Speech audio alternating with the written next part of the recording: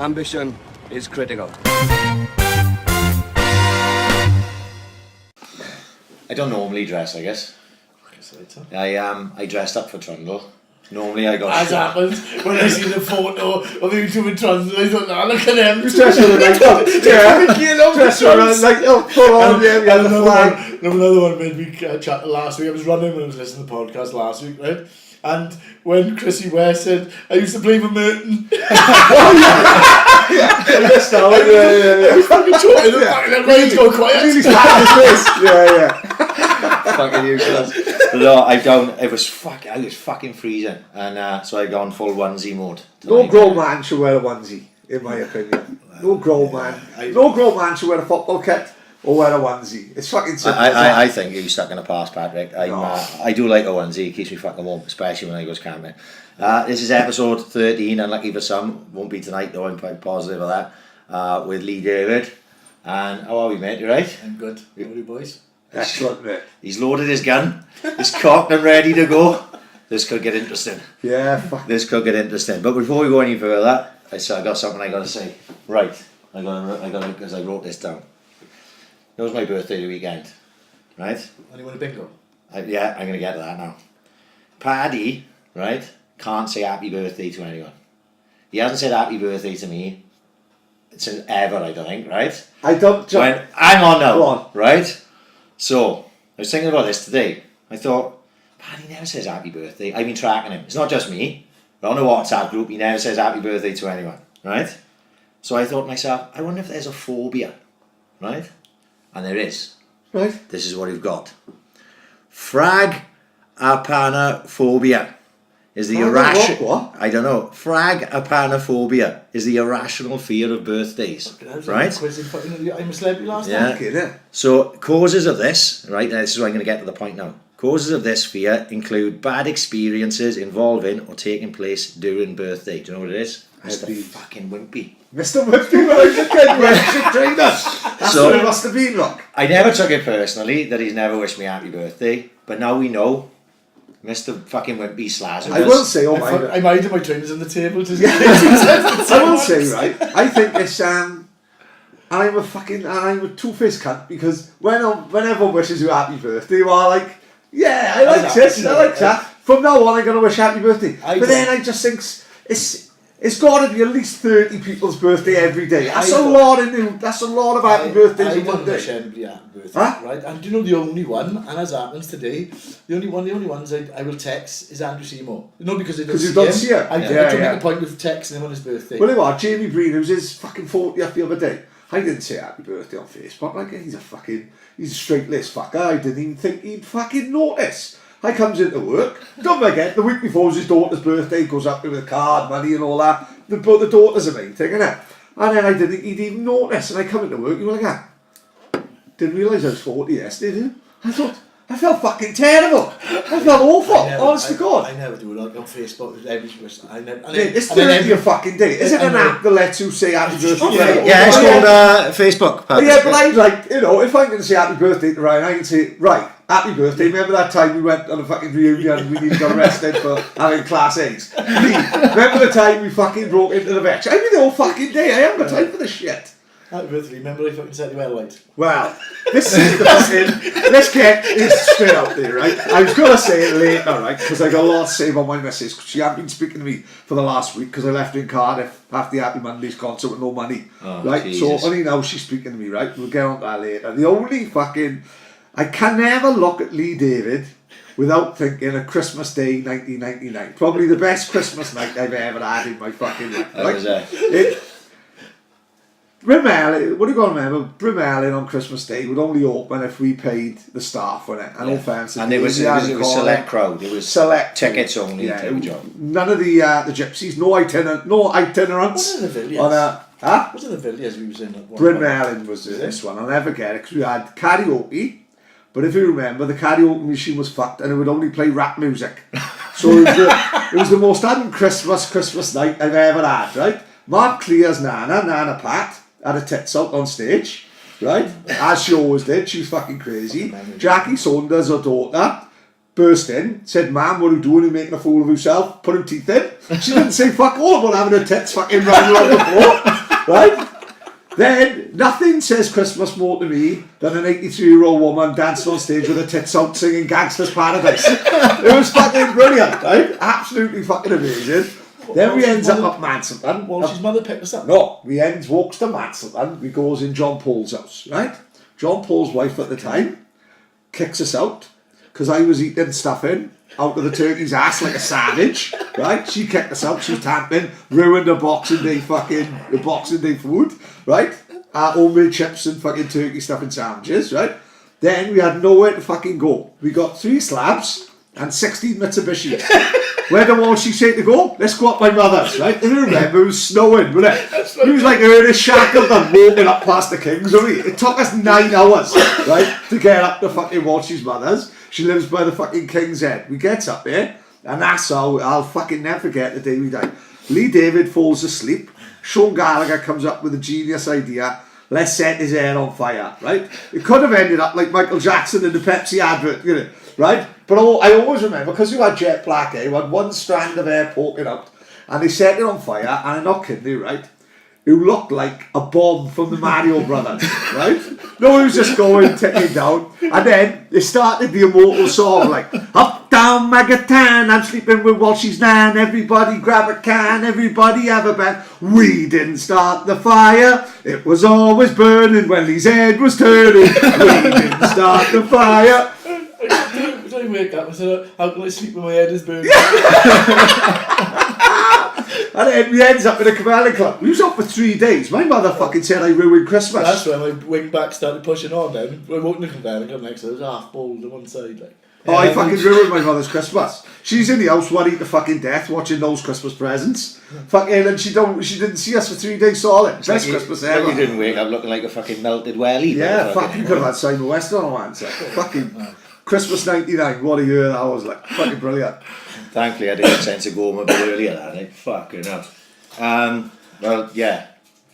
You'll be glad to know that I had a nice birthday anyway, Paddy. Right, good. Bingo, what's that all about? I'm not sure. Well, times have changed a lot, haven't they? Fucking hell. The midlife crisis is kicking. Bingo, I'm not fast on bingo. I had a mare. I won't play bingo since we went up the Broughton Road Club in Goalkeeping, right? The Brighton Road Club. Is it? Oh, Brighton Road Club. Someone will fucking correct you otherwise if I don't do it. Donna's, no £500 houses at the fuck no, mate. We was up there for Donna's Uncle Kevin's birthday. So we all in there playing bingo. I don't know what the fuck to do, like.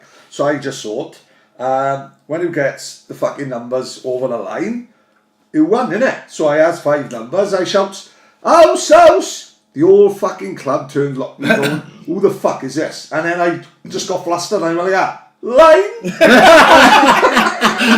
I'm like, who's this fat twat fucking come from nowhere? Like, fucking hell.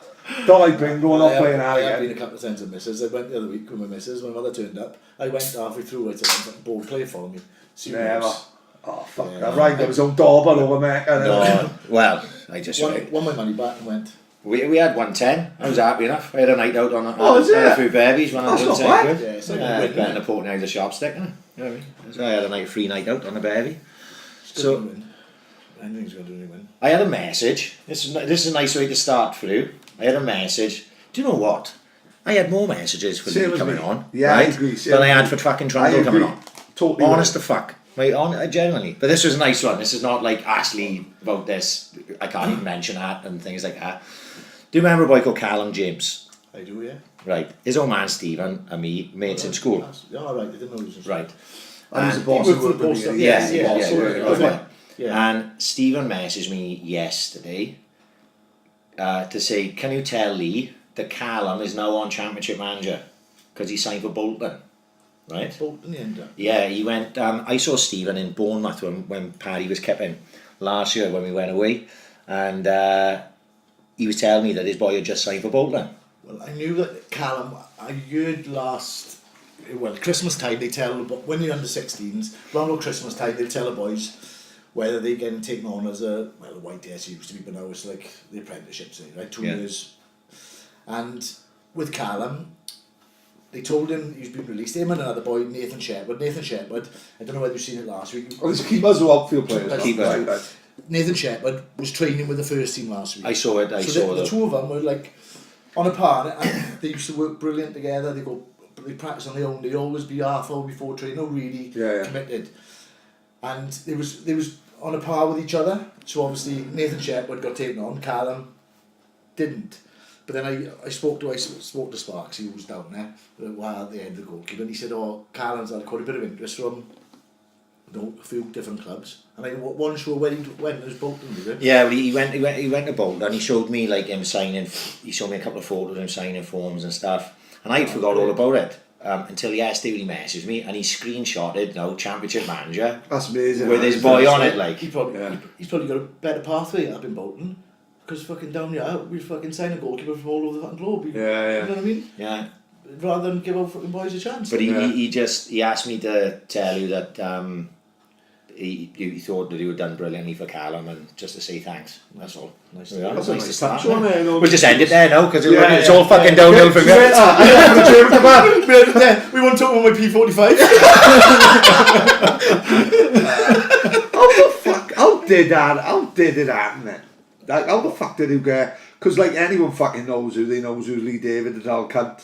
Fucking great keeper, great local league keeper. He's a man, fucking outstanding keeper. How the fuck do you end up with the Swans, like? Well, how the fuck I ended up coaching, right? Yeah. This is what happened. Andrew Dyer was the manager of Neath. Well, it was Neath, but before Neath it was Skewing. Yeah. So one year, we was playing for the Farmers, we was out to the Cups and stuff like that. I signed for Commandment after Christmas, right? Played about one game. In about 3 months, it was pissed down rain, I was going back and forth Commandment training. The one game I played was against Skewing. Skewing were top, Commandment were the bottom. I had a half-tidy game. But Dyers was the manager of Skewing. Dyers fucking slaughtered me all game. Come and took the piss after the game in the pub, shook my hand, thanks for, because I had a decent game, but it perhaps could have been at fault for the win. Right? So he's like, take the piss. Thanks for the fucking 3 points, this and that. On the Monday, phoned me, come and sign for us. So I went and signed for Skewing, played about 5 or 6 games. They were going for the title, but then I went on Ross's fucking stag, and that was my season over. Right, yeah. It was my season over. Didn't play. So the following year, I went pre-season with them, and I went back to Farmers, but I'd lost interest in the senior league then. It was like, went to play a West Wales game and one of the boys was smoking a spliff in the fucking car park, and for me that was fucking the end of it. I mean, because he didn't offer you any, like. Selfish cut. I won't do the Farmers. Not before the game. No. Yeah. But, and then out of the blue, Dyers phones me. Dyers always looking to have, one thing with him, you always want to have it professional. Yeah. Come and be my goalkeeper coach. I'm like, you are. Come on. He said, give it a go. He said, just try, see if you enjoys it. So I remember going up to training on a Thursday night. I said, and it was the last year of the Vetch, and I was watching the Swans a lot. And I didn't really I can't be fucking bothered, you know what I mean? Because it was up on a Thursday. He said, just come have a look and meet the boys there. So I did. The game on a Saturday, he said, we kick off 2 o'clock. He said, you can do the warm-up with the keepers. Just come to the home games, you can do the warm-up with the keepers. You can go to watch the Swans if you want. I went up there on a Saturday, and I didn't miss a game for fucking 7 years. Loved it, just loved the buzz. Just got into it. And how long? 7 years. Obviously went from, they just turned, changed to Neath then. It was at Landarcy. That was buzzing then, wasn't it? That was fucking... Well, it was that was in like the March time. Well, the following year then, we won the Welsh League with their law, and we had a great group. We had Valley boys and a really good team. Guppy? No, Guppy come later. Right. Guppy come later when the money came in. More like money when we signed in.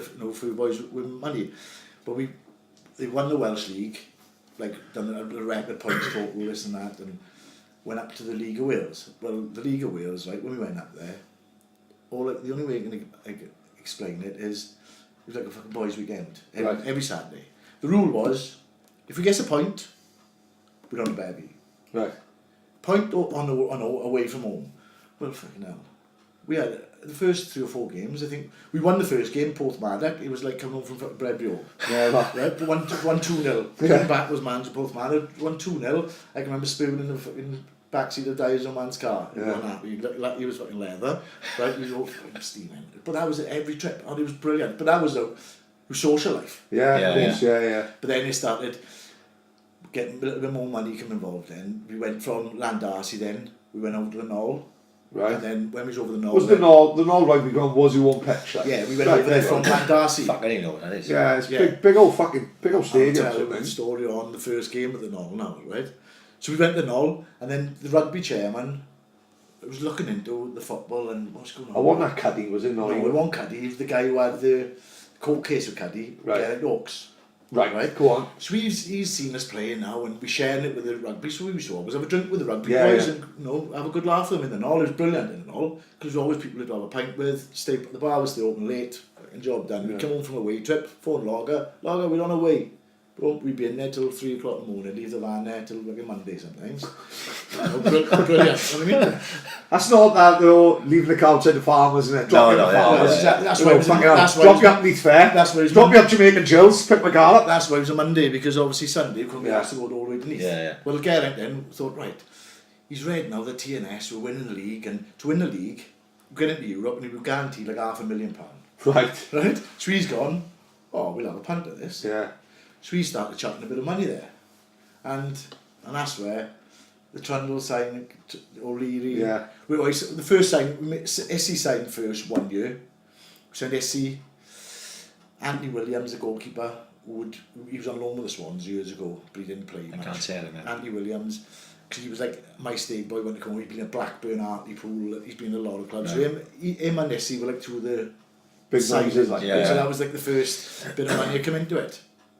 And then the following year then, Truns, O'Leary, like Chrissy Jones, right, then Gappy and people like that. But then he was like, they thought they could do better with certain people. He put a guy in charge who worked for his firm, and he was like our sort of director of football. I thought he was. Yeah. And then in the summer, at the end, they got rid of Dyers. Right. Which I was put in a right awkward situation. And I went against all my beliefs because I stayed. I should never have stayed, but at the time, this was in the March, I was told, right, it's a full-time job for you. I thought, I'll have a bit of this. He wanted a full-time job paid to do what he loved. I'm fucking all over that. I'd work out there, and I wanted on the site selling. It's like, do you know what? And I got my head in it. My man had just died. Yeah. I had my head in it. So then I remember going on holiday, and I went on holiday the day after the playoff final against Reading. I had a phone call, Dyers had been sacked. I'm like, here we go. I haven't got the head to go fucking sub in and try. My missus was pregnant. I'm like, I was on phone calls, what are you doing? They still want you at the club, and I made the decision, I'm staying. And it probably... Now I look back thinking, I went against all my beliefs. I should have walked, because Dyers had taken me there. Of course. Ray Pennock went. Dyers went. I should have walked with them. Like Tony Meldon was the secretary. He was in a little bit of a situation like me, but he wasn't going full time. He was like a teacher. He was doing it part time, so he stayed as well. And Terry Boyle took over.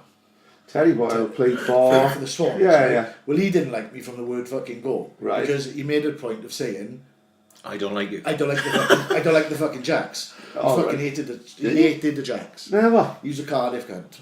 Through and through. He captained Cardiff. He's on a shit list. He can come on a podcast. The first thing he fucking said to me was, I captained Cardiff. Well, I was just about to say, remember you were playing centre half the Swans. And I said he captained Cardiff, so I thought, you fucking prick. Yeah. But he didn't like me at all. I'd walk in the room, and to him it was like I was still part of the old regime. Of course, so they was worried of, perhaps that he thought I was, bit of a mole, like, you know what I mean, that type of thing. And the only time he spoke to me when he wanted me to get cheap paint from him. Yeah. And I'll tell you a story. This is he was like a pro licensed coach. He's working for Hull now. And he's gone up with Pennock, hasn't he went up with Pennock. Yeah. And you must be right. You work for the trust, the Welsh FA, and this and that. But when he come to Neath, I don't know whether he was trying to be something he wanted, trying to give the big I am. And Peter Nicholas was with him. One game, one training session, we were doing like a passing drill. He's fucking stopped the session and tried to tell Trans, out to strike a ball. Yeah. You know what I mean? Like, know what I mean? Like, one he was a centre half, and two, Trans is like done his stuff in his career, and he's come to and Trans is one. Just let Trans Just go and be Trans. Well, exactly. Don't try and tell him how to strike a ball with his laces. Yeah. You know what I mean? So I think he, straight away, and then as time went by, the boys just sort of didn't really take to him very well. And I think his final straw was we played TNS. They spent something like £1,500, right? We played midweek. Oh, can we take the boys up and go to a hotel, have food, the boys can have a bit of a rest, and then we'll go to the game, so we prepare properly, because we're full time now, this and that. So he goes up, we stayed in the Lion Keys Hotel, about fucking £1,500 for the cost of the club, maybe more. Jesus Christ. We got fucking stuff 3-0. And then the change rooms after, he said, well, boys, they are full time. We were full time as well. The boys are looking at themselves, has he forgotten? That's my biggest worry. You know about that FAW, like the Malsters enter and Braga enter. My worry is this Saints drew a fucking team like fucking from North Wales. Cricket scored like. No, fuck that. Travelling. Well, my biggest fear is going up on a Friday night and having an hotel, and everyone's in Spearmint Rhino till fucking 6 in the morning. There's no fucking way that's going to work, like in my opinion. And then that year, Chris O'Leary took over then when Boyley left, and Chris O'Leary done a great job. Yeah. But by the time Chris O'Leary took over, the money problems started. Of course, yeah. And he had to deal with money problems more than fucking dealing with football. Coaching and... We won something like... The league was split, and you played 10 games, I think it was 10 games in the second half of the season. And we'd won our first 7. Yeah. We beat the top side, beat them well up there. And if we had gone on and won a few more, Neath would have carried on. But Garrett Oaks' business was struggling, whatever. But then we sort of blew up and come like 2nd or 3rd, and then we failed our licenses on money issues, and that's when he folded the club. Like, but Chris O'Leary had a bad crack because he when the money started. Like. If Chris O'Leary had been there, he did. If he'd been there from the start of the season, we probably would have won the league because he had this well organised football-wise. We were playing some great stuff, and the guy who was Chris O'Leary's assistant, Dave Adams, he's Gary Monk's assistant at Middlesbrough now, or one of his coaches. Yeah, and he was at the Swans. He was like he was head of coaching at the Swans.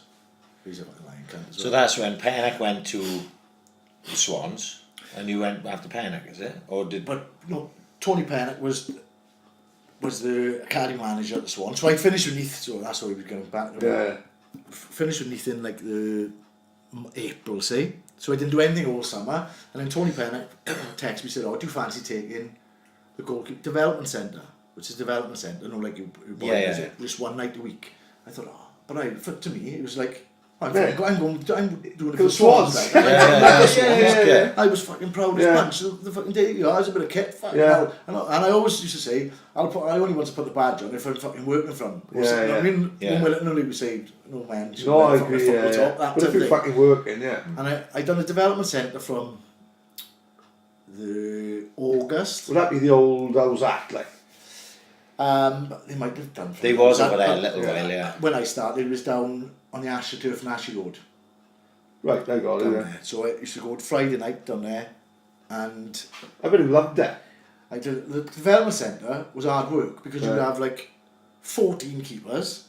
I had a boy down range of ages and range of abilities. So it was quite hard to sort of manage a session, but do it and you'd enjoy it. You're just thinking, do you know what? I'm great. Yeah. I just thought, I'll just carry on doing that. Like, and then in the November, there was like Swans, because of the academy thing, they had to sort of have people put in certain roles. So the role was head of goalkeeping in the academy. Head of goalkeeping? But you're fucking lunatic. How do you manage to wangle No, that wasn't me, but Sparksy came in from America and took over the role. And I'd sort of knew Sparksy because he come and played a game for Neath when we was in the Welsh League. He'd been over for a couple and played a game. So I was on the phone to him a few times and this and that. And then on the Christmas time, he texted me saying, would you be interested in coming into the academy? So I used to go up and watch the academy training because I just wanted to see what the goalkeepers Yeah, yeah. needed to be at. I didn't really know what the Yeah. standard was in the academy. So that was like just before Christmas. I thought, and I always remember I was up in Chelsea watching the Swans, and I had a text through, do you want to start with the academy with the under 12s and the 13s? I thought, yeah, right. And I think it was 2 or 3 nights a week. Yeah. That was in the January. So I done it, and I was doing that 2 or 3 nights a week up until the end of that season, and that's when I started doing like in ridiculous hours. Like Really? the following year, then he moved me up to the under 16s, and I was coaching every evening. So that was no painting, no work. That was your job. No. At that time, I was painting in the days, and and then then I was doing that coaching in the night. Then I started doing the under 16s, and I done the under 16s for a year, every night, and that was brilliant. I was with Waggy was taking the 16s, Yeah. and Anthony Wright. Right. Happy days. I take the goalkeepers, right. So the setup would be, you have you say 45 minutes to the goalkeepers. You speak to them, the coaches say like, how long have I got? Take the keepers aside, do a bit with the keepers, and then you would go into the main session. The keepers would, and I used to just stand back and just listen to Whitey and Waggy. And you know what, right? I don't think I've ever seen players come off the pitch without a smile on their face. Really?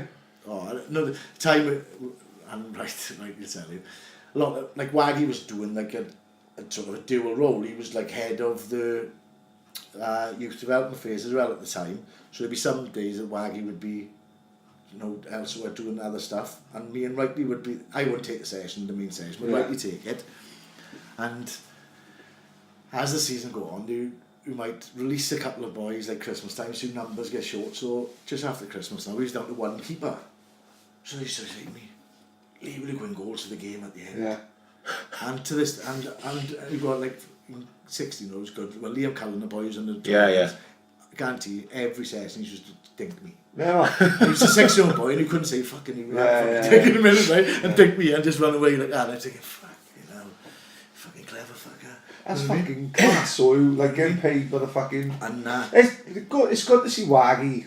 oh, Waggy's brilliant. Yeah, Waggy, it's just goes to show like Waggy. I know he played fucking professional fucking years ago. Like, but Waggy was a postman. His life. That's how I know him. I didn't even know he played football. His life was set in stone. He's a fucking postman. A lifer. And then look what he's doing now. He's like Sue telling me like you've got to be involved in the game constantly to have knowledge and do well. Waggy's like everyone who speaks about Waggy can't speak highly enough of him, and all say how good a job he was. If you remember last year, like how many clubs fucking sacked the manager, then the youth manager, under 23 manager steps in as a caretaker. Just done it with Everton. Imagine Waggy steps in and is fucking amazing. Just happens to have a talent and no one would have fucking even known was there. I know, being funny. He'd have to be a fucking miracle worker to get a tune out of these guys. the only thing with Waggy goes a little bit unnoticed because fucking the boy with him, his second name is fucking Toshak.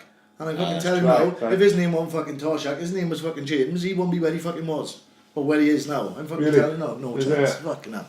No fucking chance. I feel like you got something to say about that. Well, I'll tell you a fucking story with him. When he was underneath, he was doing his coaching badges, right? Yeah. And guys just let him come in, so we can do a little bits of the session. So they put him in charge of set pieces, right? He was in charge of set pieces for 4 weeks. We conceded 5 and scored fucking none. You know what I mean? So set pieces was fucking great. Yeah. So Waggy must be on the set pieces than the fucking Swans. Waggy's on fire, isn't he? That's right. But what was you saying to me, Eddie? Because we were talking about this is another fucking Go on, myth. I'll let you to it. I'm just going to say fuck all tonight. Go on, you just crack on. It's another fucking myth. They are doing well. Right. And they take nothing away from Waggy and Cameron, right? You know I just didn't have a pop. But fucking take nothing away from them, right? But they fucking bought a title. They So bought their the players title. are They've all literally- put players. Well, 90. I won't say 90. Say 80% of the players are fucking Really? bought in, right? Fucking hell. Even this year now, 18-man squad, right? I don't think they've had more than 6 players at one time in the squad that were even with the Swans in under 18s. No way. Yeah. Because I just off the top of my head, right, okay, because I've been to see the under-23s a couple of times. Tyler Reid came from United. McBurney came from Bradford. Who's the keeper? Gregor. Yeah. Right, Gregor, he's alright. But he's never ever gonna play In the first team. in the first team. Right. And they're giving him fucking, they're renewing his fucking contract all the time. Yeah. So, you know what I mean? It's another fucking story of Hugh Jenkins is fucking corrupted with the fucking agents and fucking something because he keeps on giving fucking... Do you get like Jay Fulton, that's another one who plays in the 23s a lot. Do you get like would Swansea get money or like a certain status by winning the under 23? Well, So, like that's the category A status. The category status is all audited, Right. to get it's all like a box ticking exercise to get the category 1 from 2 to 1 and stuff like that. But all they're trying to do with it looks like is to see from the outside that our academy is brilliant. Oh, youth is amazing. This year, right, they goes and signs a boy from Leamington fucking Spa, right? Right. But straight away, you're looking for waiting for Swans to sign players in the summer. Yeah. And then all of a sudden, one pops up, Swans have signed, and you think, fucking who's he? And they said, he's going to be There was in the too many of them development this squad, summer. right? There was too many of them this Right? summer. And all of a sudden, straight away, I put his name into Google, right? Yeah. See, who the fuck is he? Well, this boy now, he's 21, played something like 50 odd games or something like that for Leamington. Yeah. So I thought, well, no, perhaps he's been at a big club, And he just dropped gone to down. play Yeah, games, yeah. which so then give him his due, he's gone to play games. He's played for fucking 5 non-league clubs before that. And he started She's off been around the block. he started off at Coventry, but he didn't ever play for him. He was only there a year. And then he played for 5 non-league clubs. And then fucking Swans goes and fucking gives him a lottery ticket. Kenji Because Gold. they only come in I tried because the saying Swans are things. chucking money at them. Yeah. And the Swans are making players rich without even kicking a football for the first team. So these be on good wages. Yeah, but as well. Bernie They're be a on good couple money, of grand a wouldn't he? week. Really? They can be with the Swans for 2 years, and if they've used their head, they could be set. Yeah. No, not set as in like But they'll have an big house. footballers. Yeah, Yeah, they'll have an house. set in our life. Yeah, yeah. Yeah, of course. They'll probably have a house, and if they use it, paid quite a bit off Yeah, it. yeah, yeah. No, know what I mean? And it's like, you haven't done anything. But like, that boy now, he's playing games for the 23s they are now, not the 21s. But he's keeping out, or stopping, a youngster like a boy Liam Cullen, Yeah. stopping him on games. Right. So this boy now, this fucking, what's his name? Fucking Baker Richardson, Right. he's never going to go and play for our first team. You know what I mean? He's never Yeah. going to play for our And first team. Liam Cullen So had been Liam there since Cullen- he was 10 yeah, or whatever. we've invested in him all these years, and then all of a sudden, then he just gets lost in the system. Yeah. The one I always think of is Marcus's boy Jack. Well, Because I watched him come on sub, he was involved in a goal, McBurney scored a second against Wolves last year, and I think obviously he's a local lad, Yeah, Swansea yeah, yeah. boy, we all know his father, Yeah. and I always look at the squad and I go, is Jack Evans there? Yeah. And You you know want what I to mean? watch it, you'd go and watch him Yeah. for that, wouldn't you? And he's one of the six stroke 7 that's been involved this year, Yeah, yeah. either sub or played, Yeah. and he's come on quite a bit, Jack from when I finished down there. He's like shot up and Yeah, physically. Like. physically. So, but it's nice to see, like he's one of them, like the boy Road in the centre half. Oh, like he's just- just going to be. This is is he going to get chances? This is what I there's well, it's an unofficial academy page. It's on Twitter. Yeah, I I've literally seen stumbled across it 2 weeks ago, right? I Started know what following I'm it, say, yeah. and this is where it's unofficial, obviously. So whoever's tweeting it, they know the apples because it's all about your kind of stuff. And this was a tweet, right? It was Joe Roden trained with the first team once in 4 months, while Kyle Bartley is injured. So you'd think what you getting at is you'd think while Bartley's injured, if he's the next, Yeah, because yeah. Keston Davis is with Yeovil, Yeah. if he's the next one who should be making a move, he should have been there training alongside him, but he wasn't. Yet 2 random Americans I've seen that. getting Yeah, a train from up DC United. Who are the club they own out there? Well, Yeah, So yeah. What the it's fuck's the fucking point, like? Yeah. No, but you've got to. These boys get lost in the system. If you get into 18, the whole idea was of the 21s and 23, or say 21s that was introduced, was some boys at 18, they're not mature, they still got time to mature, and they're not Yeah. ready till 20, 21. Because Martinez started it, because he kept boys, and he used to send them to Neath on loan, because he'd keep them like Chad Yeah. Boyne, Yeah, yeah. Kerry Morgan, keep them a little bit later, to see if they develop. But these boys now, they got that league in place, but you should be playing under 18s in that league, really. In the You know 21s what I mean? league. Like, our 23s it is now. Our 23s beat Chelsea 2 weeks ago. Beat them 3-0. That looks like now Swans have had a great result. Yeah. Chelsea probably had the under 18s in. Yeah. And maybe some younger. Because Chelsea's best under 23 striker is playing for the fucking Swans. Yeah. You know what I mean? Yeah. That's the fucking difference. Yeah. So, oh yeah, we've beaten Chelsea under 23s. You haven't. Our 23s that we fucking bought Yeah. have beaten Chelsea under 18s. Yeah. Or best part of it. I don't know the facts in it, but that's what Chelsea will always play their players up. So Tammy Abraham, when he was at Chelsea, at 16, he was probably playing in the under 18s. Yeah. Or maybe in a bit younger playing in the under 18s. Yeah. We just go for that. We just using that 23s as this look good and this. We've talked about it on the outside. podcast. We talked on our first fucking one, I think. Yeah. You know, signing players from Falkirk and fucking Hearts and all this, and they coming in like King. Remember we signed King from, was it Hearts? We signed King, yeah. and it was like this big fuss. He was.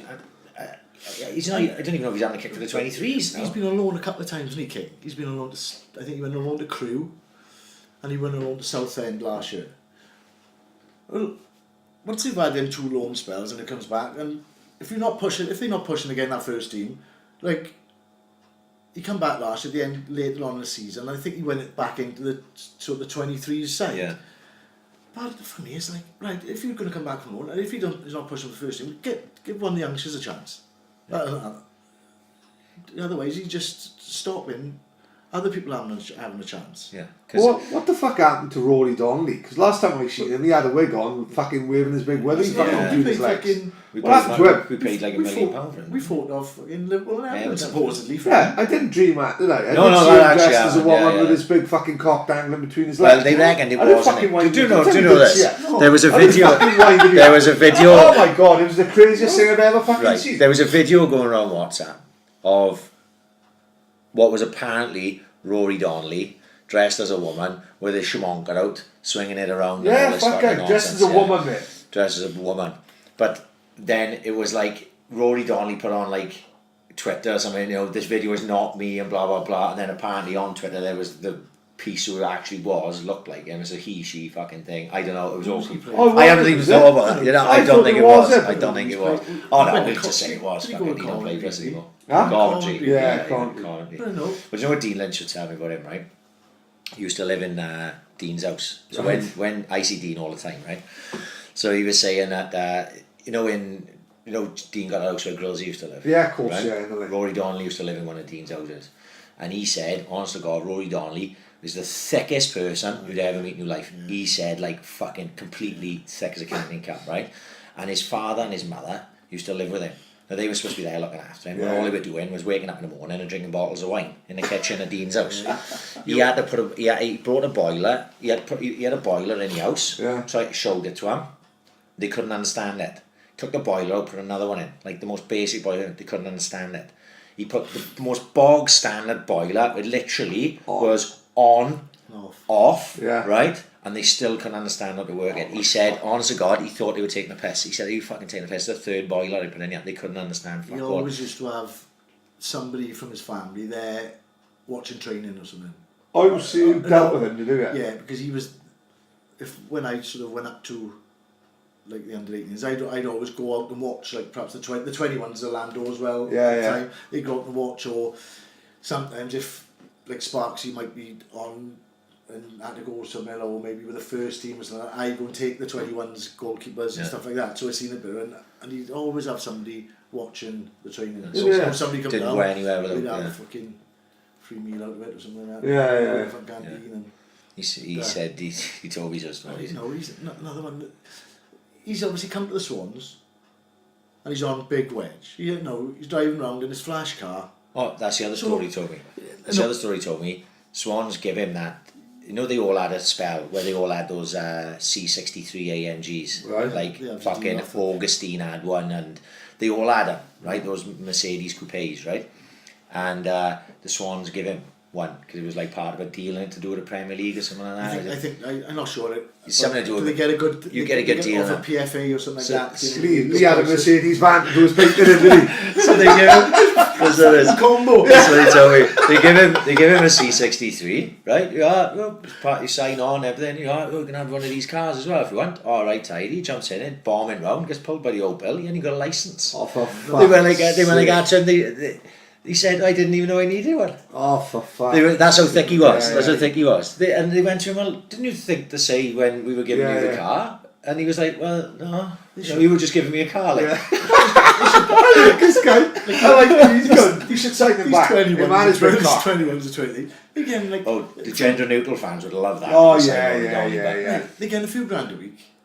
So, whereas years ago, a player wants to get into the first team and play games in the first team, and when you do that, what comes with that is the nice cars and the money. Yeah, yeah. Now, they've got the nice cars and the money before they get to the You're first not team, so they haven't got, the drive. I no heard drive. an interview with Eddie Hearn, like, and Eddie Hearn was saying about people he've signed now from the GB squad, like you Anthony Fowlers and you Codinas and people like that, and they turning up in Mercs, like, and Paddy Hearn seen, and he said, who the fuck's it? Who's this young kid, like? So Anthony Fowler, he said, fuck, I've seen the guy, I've seen his motor, like. He said, yeah, he said, fuck me, when I was signing boys, they was catching buses to the meeting, like. So they aimed for the Mercs. Whereas now, they're signing with Eddie Hearn. Yeah, they've already fucking got it. Yeah. They ain't that big fucking camp up Sheffield or fucking McCracken and all that. Yeah. They already got the life, like. And we've done- So you've got to be extra special, be like, extra to have the special, anger. You've literally got to have no call for money. You've got to want the desire to fucking have it. But she's kids. Yeah, If you're driving around in a fucking big Merc at But 21, then, you've made it. then you can see it from this point of view, right? Okay, let's say that you're 18, right, and you're on £2,000 a week, right, and you're driving a Merc and you've got this and that, you're living in a fucking apartment down in the marina, but you know that you ain't gonna get a chance in the 23s. Your drive is even less, isn't it?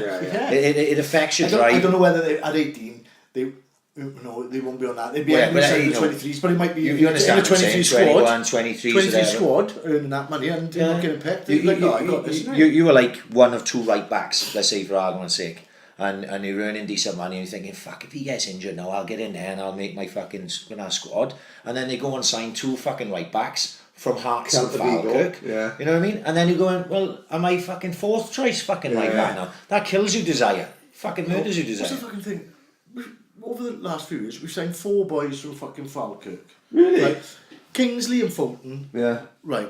You look at them. Before they come down to us, they played 80 odd games, mind, each for Falkirk. So that's not known for 2 young boys. Yeah. That's They not got- bad. Yeah. They gotta, They come- if they nothing come- else, they got to learn the physicality of the game. They've come to us, and would you say either of them have played more than Fulton? Definitely haven't. Kingsley more than 20 times. I wouldn't have thought so. Maybe, Yeah, that little run, didn't he, when he knocked the ball up? maybe yeah. coming up that. So would you say if he had stayed with Falkirk and played another 40 games, or come down to and played 20? Is he better would, off Would then? he been better off? Would he been a better player Just staying there. staying there, or a better player now? Yeah, but he's going to be a lot more richer, isn't he? Kingsley's gone to Hull. and he hasn't hardly played. No. I don't know whether he's been injured, but I haven't seen his name on his sheet much, so he No, might I be haven't injured, so I either. don't know about that one. But like, no, Fulton you'd like to think that Fulton could go somewhere and earn, not I suppose earn, but have a decent career at a half-tidy level. I think Fulton's definitely good enough for League One, top League One championship, I think. This is what must be frustrating for him now, right? Is he sees Sanches getting all these minutes and he's completely out in the wilderness now. Yeah. Do you know what I mean? No, I don't think any of the boys who've played as holding midfielders this year could do anything, or Fulton would do the same as he's neat and tidy. Yeah. He's never let Which is anything sometimes down. what you need in there, you know what I mean? Give him a run of games, he might fucking thrive. Like Sanches ain't fucking thriving. Well, Sanches would be brilliant at play football, wouldn't he? Because he played off the boards. Yeah. Do you know what? Right? I don't know whether he goes to the back. It was one of the worst fucking. It was one of the worst It was the worst. performances of a fucking player I'd ever It is the seen. worst 45 minutes I've seen from an individual footballer in a Premier League level. I got to be honest, I don't even know if I saw many local league players have that many fucking. My bad Firestick was halves. playing that, but I managed to see most of the first half, and I don't think I've ever seen a Premier League manager or any sort of professional this. manager Chris- react like Clement Yeah. reacted. Face palm. And it Put takes his face head in palm. his hands. Yeah. And somebody tweeted saying that he's actually said as well, like, fuck's sake, Renato. He did Yeah, say he fuck's did, sake, yeah, he Renato. did say Yeah, fuck's You sake. can see it clear as day. That was So I was frustrated for him to even show it because publicly. that was You know what I only mean? that was like literally 36 minutes or something into the. He had 35 minutes of fucking nightmare before. Yeah. He was so bad, right? Okay, that they say, oh, we were playing with 10 men. It was worse than that because what was happening was when we were getting the ball to him, he was giving it straight to Chelsea. He was doing Kante's job for him. Kante didn't have to break fuck all up in that first half yesterday because Sanchez did it all for him. But what do you At think times, is in the middle alright? part, we did it right at times in the first half. We I thought popping Key about did okay, but and fucking we were Sanchez was popping shit. about, and we haven't really got like an outlet to go any further forward, do we? We have no pace to go and put it in behind, or we haven't really got width. Our fullbacks are not really going to go and push on away to Chelsea, especially with what they've been playing with all year. You play left back right now. You won't be bombing on in the fucking Swan side now, would you? Because you wouldn't. No, you wouldn't take we as much fucking- chance of the- it. the- The thing is, where are you going to go? No, You'll be going on your own. You know, You know if it. you're going to make a run, and you're not again. You're gonna go No, on. last week it was talk. Clement was saying, the fans need to get behind us, and he's putting more of an emphasis on the fans, right? Let me tell you how good the fucking Swans fans are, right? We fucking drew 0-0 to Bournemouth, right? And the fans are coming away saying, oh, well, I wasn't too bad, It was better. right? It Same was with better. we going away to Chelsea, which is a ground where we've been used to going and giving them a game. Like, remember, we've had a couple of 2-2s there. We've always given Chelsea a game home and away. Give them a game, like. And now we're going up there, not having a shot on target. And people are saying today, oh, we won too bad, right? It's lowering So for Clement to expectations. fucking slag the fans off, mate, he'll draw 0-0 with Bournemouth, and the fans are actually saying, oh, we done alright. But mate, it ain't fucking good enough. At the start of November, they had them 4 games, right? These are our winnable games, like all the Bs. Brighton, Burnley, Bournemouth. We got 1 fucking point out of 12. And we didn't score a single goal. 1 point out of 12. Didn't score a single fucking goal. What the fuck? Well, they were. Not even fuck the 1 point. Like, I mean, was did this you- scrappy did game you see and the- scored 1 fucking Did you goal. see this? Did you see this? This was going around everywhere today. In November, Yeah. Kurt Zuma. Who the yeah, fuck I see is that? Kurt Zuma, he's centre half. He's a Chelsea player. He's on loan at Stoke. Centre half for Stoke, so he's not even centre forward for Stoke or centre forward for fucking Chelsea. He's centre half for Stoke. Had 5 shots on target, and Swans had 4 in the whole of November. And this is the Stoke side that are fucking dog shit in a minute. So hang on. So we got a player, right? Let me just get my fucking napper on this.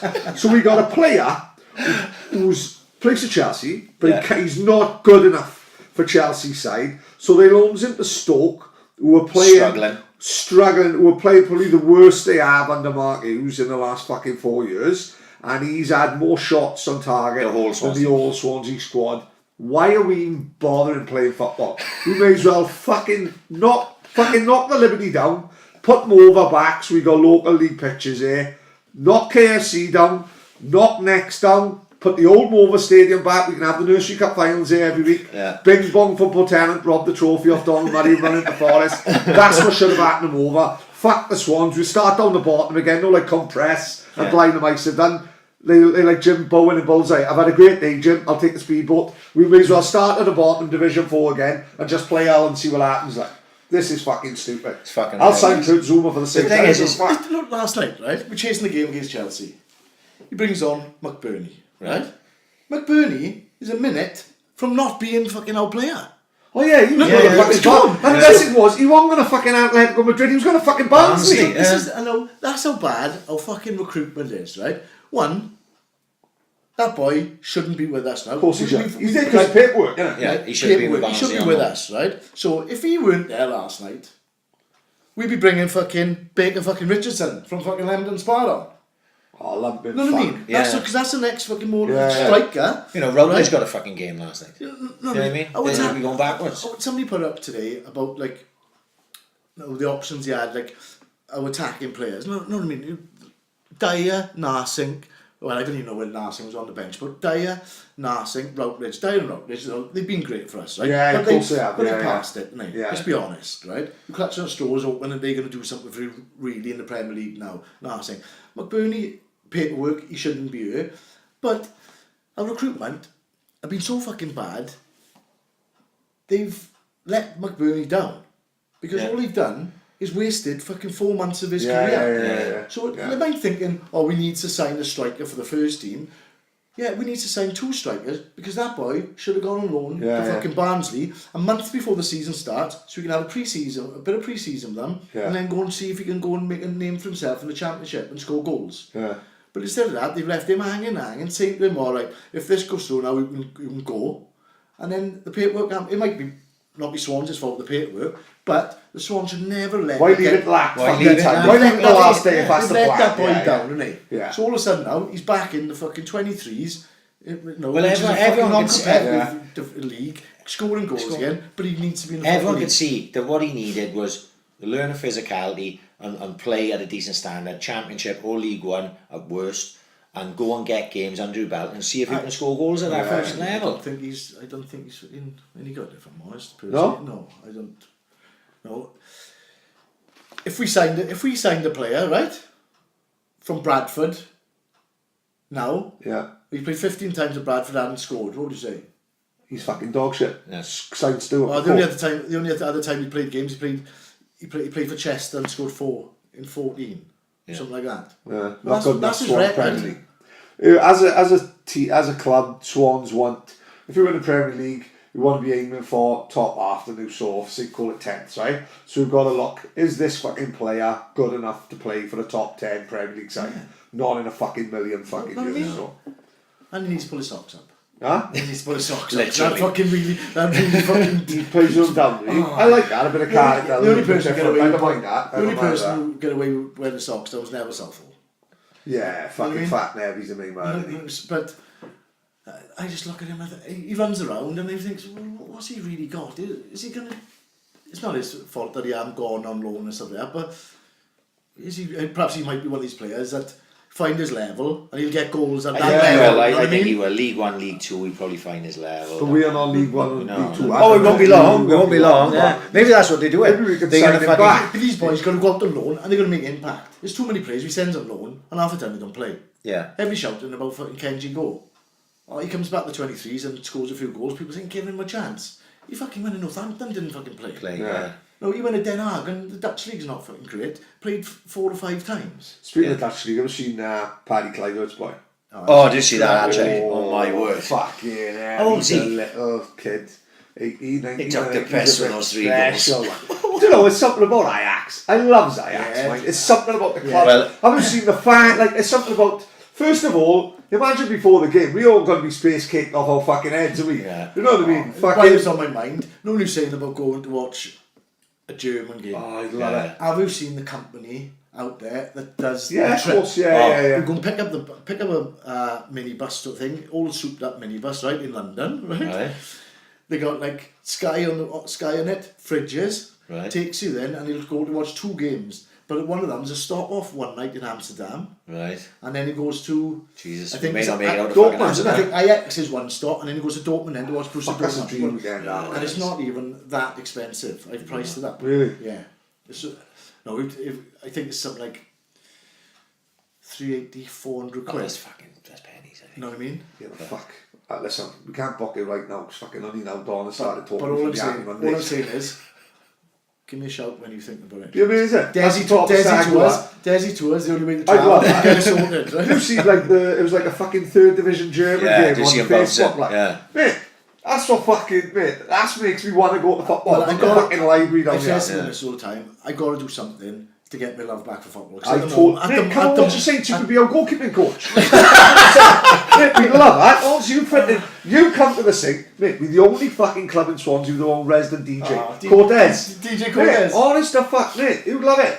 Cool. I don't give a fuck. The Swans fucking spins me out, mate. Last night, I'm watching Sanches. Fucking hell. You know, I'm telling my daughter to fuck off. Donna's doing my head in, right? It's taken us 3 fucking days to decorate the house with Christmas decorations, right? There's so many fucking trees in my house, it's like Sherwood Forest. I went out the kitchen to make a cup of tea. Fucking Bigfoot and the Hendersons was up there.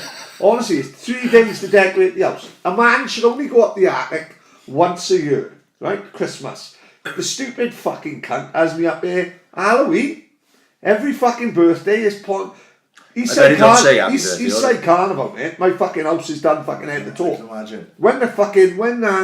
When William got married, it was fucking bunting going from my house over to 125. Honestly, the council tipper had to fucking go down Pine Street. They couldn't go past my house. Because Dawn was only short, she only had it fucking... You'll have to book the next royal wedding off so you can help her set up. See, with all these royal weddings and shit like that. Listen, the country's on its arse. Everyone's got a food bank, so what do? Give them a royal wedding, they thick as fuck. Swans are getting relegated, everyone's eating out the food banks. Let him marry a fucking film star. We're not that fucking dull no more, you cunts. They don't do it on a fucking stupid day like a Monday. So no, they're not. Bank holiday Monday. No, we're not having a day off. So basically, what's the fucking point? Your mother died for fuck all, you ginger cunt. No, it is, right. Fucking, unless we have the day off, I don't give a fuck. There's no fucking days, not enough bank holidays as is. Wonder where he's on his stag do. Oh, he's probably going to fucking Dortmund with the boys. One does love a good German pisser. This brother fucking sports Villa and none, so him and fucking Nigel Kennedy, didn't he? The share violence. Yeah, they fucking rugby through and through, and they always in Twickenham on the fucks. One of them wears a Welsh top, and one of them wears the English top. I know, fucking hell. What's all about? Fucking hell. Who's the one who wears the Welsh top? William, he's Prince of Wales, isn't he? HRH, like. His old man's talking the fucking flowers, and he's got a fucking Welsh top on. And then his brother's walking around dressed as a fucking Nazi. And these cunts are running our country. Fucking Philip is calling everyone wops when he goes to the fucking Samsung factory in fucking Scotland. At least he don't work for the wops. He's our head state. So we're gonna go to Germany. Fucking crackers. These people are fucking... Oh my fucking god. Yeah, anyway, Dawn is speaking to me this week. I left her in Cardiff, fucking... It wasn't my fucking fault, right? We went to Cardiff to watch Happy Mondays. Or who knows when he goes to a gig in Cardiff, he always buys too many cans for the way up. So there's nothing worse than getting onto the train canless. Yeah. It's the longest hour in a new life. There's only so many fucking TV theme tunes I can sing on the way back. Who needs a couple of cans? So I got the perfect spot in Cardiff. Stash. I'm not going to tell anyone on that, because every time someone goes to Cardiff shop and they'd be fucking robbing my cans, right? Yeah. But I got a bush in Cardiff. That's perfect. Cans? Oh, it's perfect, mate. Yeah. It's fucking perfect. And I'm not telling you where it is either. But last week we went to Happy Mondays. Gets back to the train station. I says, I'm going to grab the cans, right? We'd all had a few beardies, right? So I goes grab the cans. I thought they would be up on the platform. So I fucking goes up the platform. Train there. So I looks up and down. It's like sliding doors. I'm looking up and down the platform. Couldn't see him. Then the guy blows his whistle, right? So what are we going to do? Died on a train. I died on a fucking train, right? I thought I was the one being hard done by. Donna's with Angela Wallow, Lisa Wallow, Paul Wallow, Nick Reese, Fishers. Donna got a full crew. And you're on your own. I'm like that. The cunts are fucking... I'm on my fucking own now. The train is rammed. It was only the train, right? No, that stops it everywhere. Plan Samlet. It took 2.5 hours to get back. The fucking electric doors hit me on the head because the train is so fucking rammed. Gets home, man. No fucker there. How many cans do you have? Huh? How many cans do you have? Only 4. There's 4 left. 1 each, but I was on my own, so I had 4. Right? And took that fucking long to get back. So I fucking... Phone's out to charge. So I phones Dawn and see where are you. Absolute fucking murders. She is saying to them up there, no way on God's earth will Paddy leave me in Cardiff with no money. Right? They all saying he's probably on the train. No way will that... I know that man. That man will not leave me in Cardiff with no money. I phones her up. She said, where are you? Said, in the house watching Graham Norton with the dominoes. She went, who the fucking wanker, who the prick, who the dead man walking. Right? I said, hang on, I'll leave you some pizza. Right? She come home, hit me over the head with a fucking bag, mate. Honestly, fucking absolute... What time did she get home? Huh? What time did she get home? But what after me, they was waiting on the platform. They missed 2 trains looking for me. Honestly, fucking only this week she started talking to me. I think that's why she's been fucking having me up the attic and all that. Fucking nightmare. Enter with the Germany one now. Oh, nightmare. Like, You can't mention the fucking Germany trip right now. Well, let's get through these games, because obviously we had 2 games. I just want to... I thought Van der Orn and Boney Boney was a plus on Yeah, I Saturday. thought Boney two was a- centre halves. Van Dorn was down. No, down right. the two centre halves were great last night. Yeah. And I thought Van Dorn, I always thought dog shit. I thought he was outstanding fucking Saturday, and I thought he done well last night as well. And he's made a bit hard done by early on in the season. He started when we played a 3. He started and he'd done right, but then he's been the one knocked off when he changed it. Yeah, he was the right guy to have up against Josh King and fucking that Callum Wilson, because he puts it about a bit and he didn't stand for none of it. He's done it right, didn't he? He did all right. The disallowed goal. What do you think of that? Saturday. This is what my kid said. I was watching it with my brother, and he said to me, if the roles are reversed and Aki is AU and AU is Aki, is it a penalty? Does the ref give a penalty if Aki steps across AU the same way AU stepped across Aki? Probably not. Right. So then it's not a foul. So then it's a goal. But knowing the game Saturday, the amount of stupid free kicks the referee give for little things. He was a fucking What bitch. I said to somebody half time was, well, for the free kicks he's been given, he had to give it. Yeah, I know what you mean. You know what I mean? Because he was so petty He or gave us so whatever. many petty little poxy free kicks. I think it was for us and against us. He sort of had to give it to him, and he did blow his whistle quite It was early. early. It was early. When the ball's gone in, I wasn't like, oh fucking hell, is this loud? Yeah. It was like I was half expecting, because it would, Yeah. in the back of my mind, if you heard the whistle, like, you know what I mean? But we just don't seem to get them, do we? No. They, I look at it and I think to myself, oh, is that down the other end? Does he fucking give it? Do you know what I mean? We just... It was shit. It was never a penalty. Tammy Abrams won a penalty. I didn't think. No, I didn't think it at the time, and I've seen it a few times. He do clip him, but I think he clips him outside anyway, outside the box. I don't think. I It's, just- But I think at times, I guess, nothing's going to go Nothing. No, it through doesn't them. seem like nothing's You know, going away. that's what's going to happen, like, you know. Same as you look, Everton have been fucking dog shit. I thought Everton was... I've never seen a side fucking capitulate like fucking Everton have this season. I watched them against Southampton the Right? other weekend. There was talk who thought he was fucking going to challenge, like, and it just hadn't worked. They haven't replaced fucking Lukaku. But now, fucking last night now, they look like fucking world beaters. Like. But I So think they're going to be out of it West now. Ham are going to struggle because And they West Ham still awful. fucking beat us.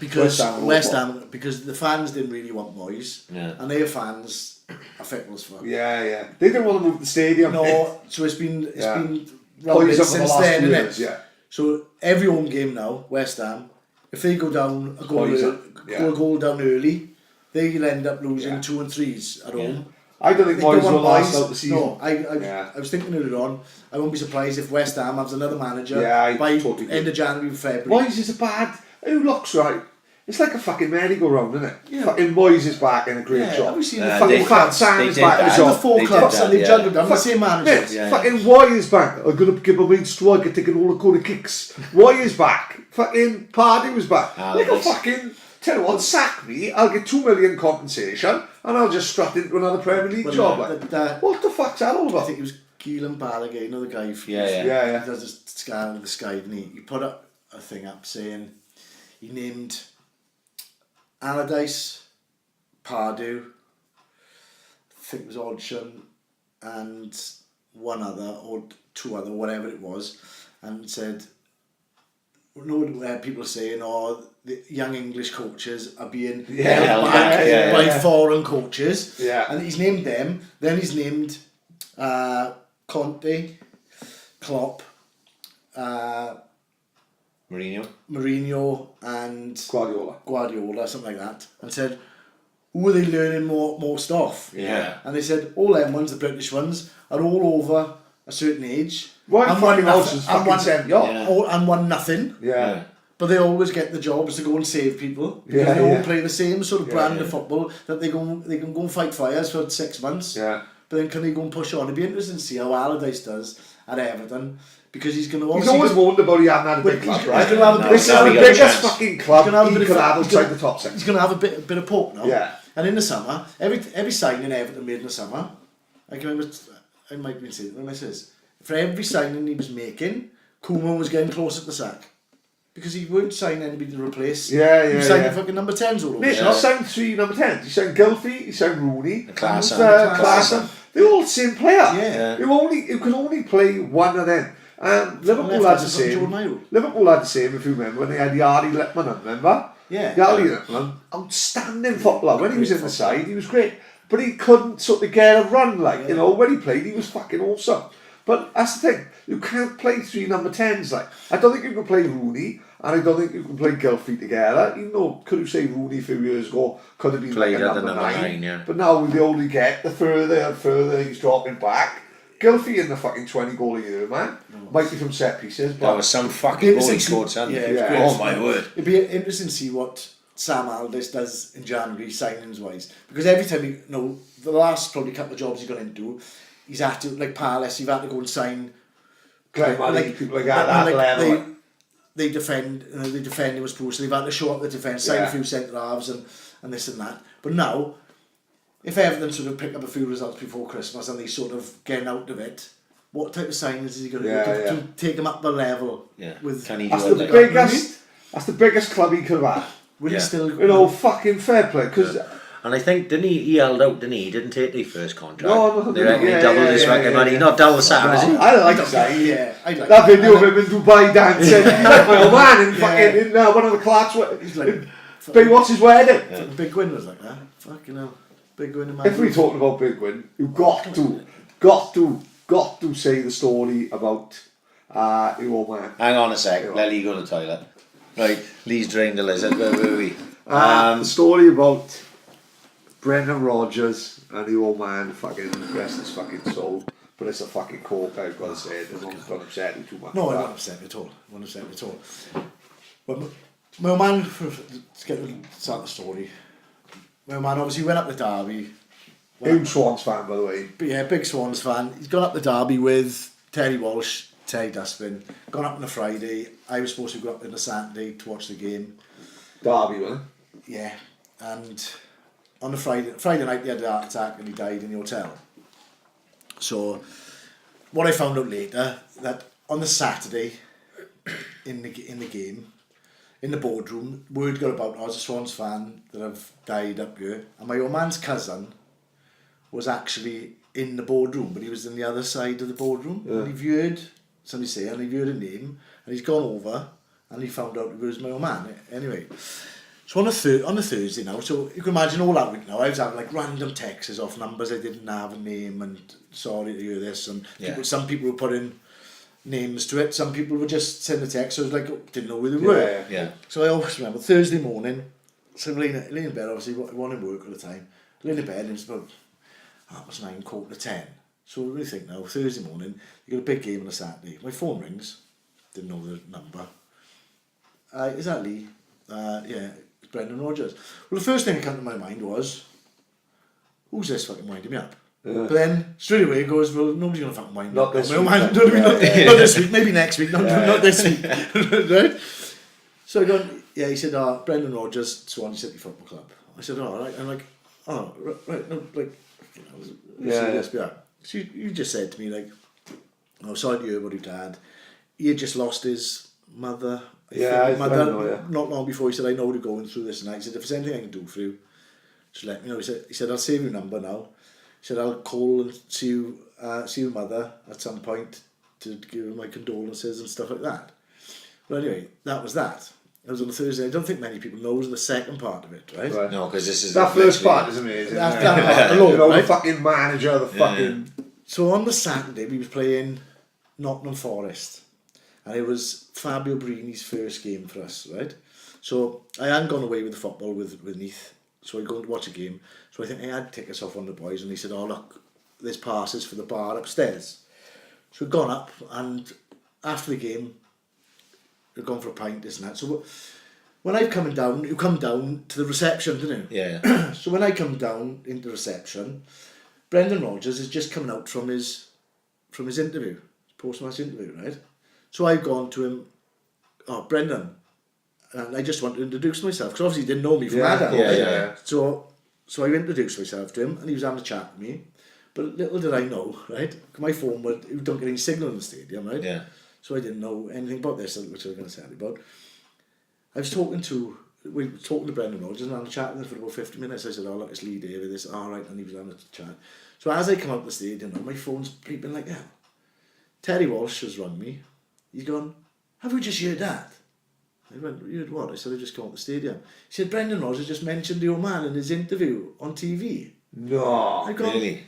oh what? He said, somebody must have like taken me. So in his interview after the game, he's gone, there was a great win, but that win today was for the fans. And he said, one fan in particular, and he said Gwyn David. No way. And in his interview, and I was like, well, I see, and my old man loved that, because my old man's fucking ego. Yeah, of course, massive, you know what I mean? Oh, he was.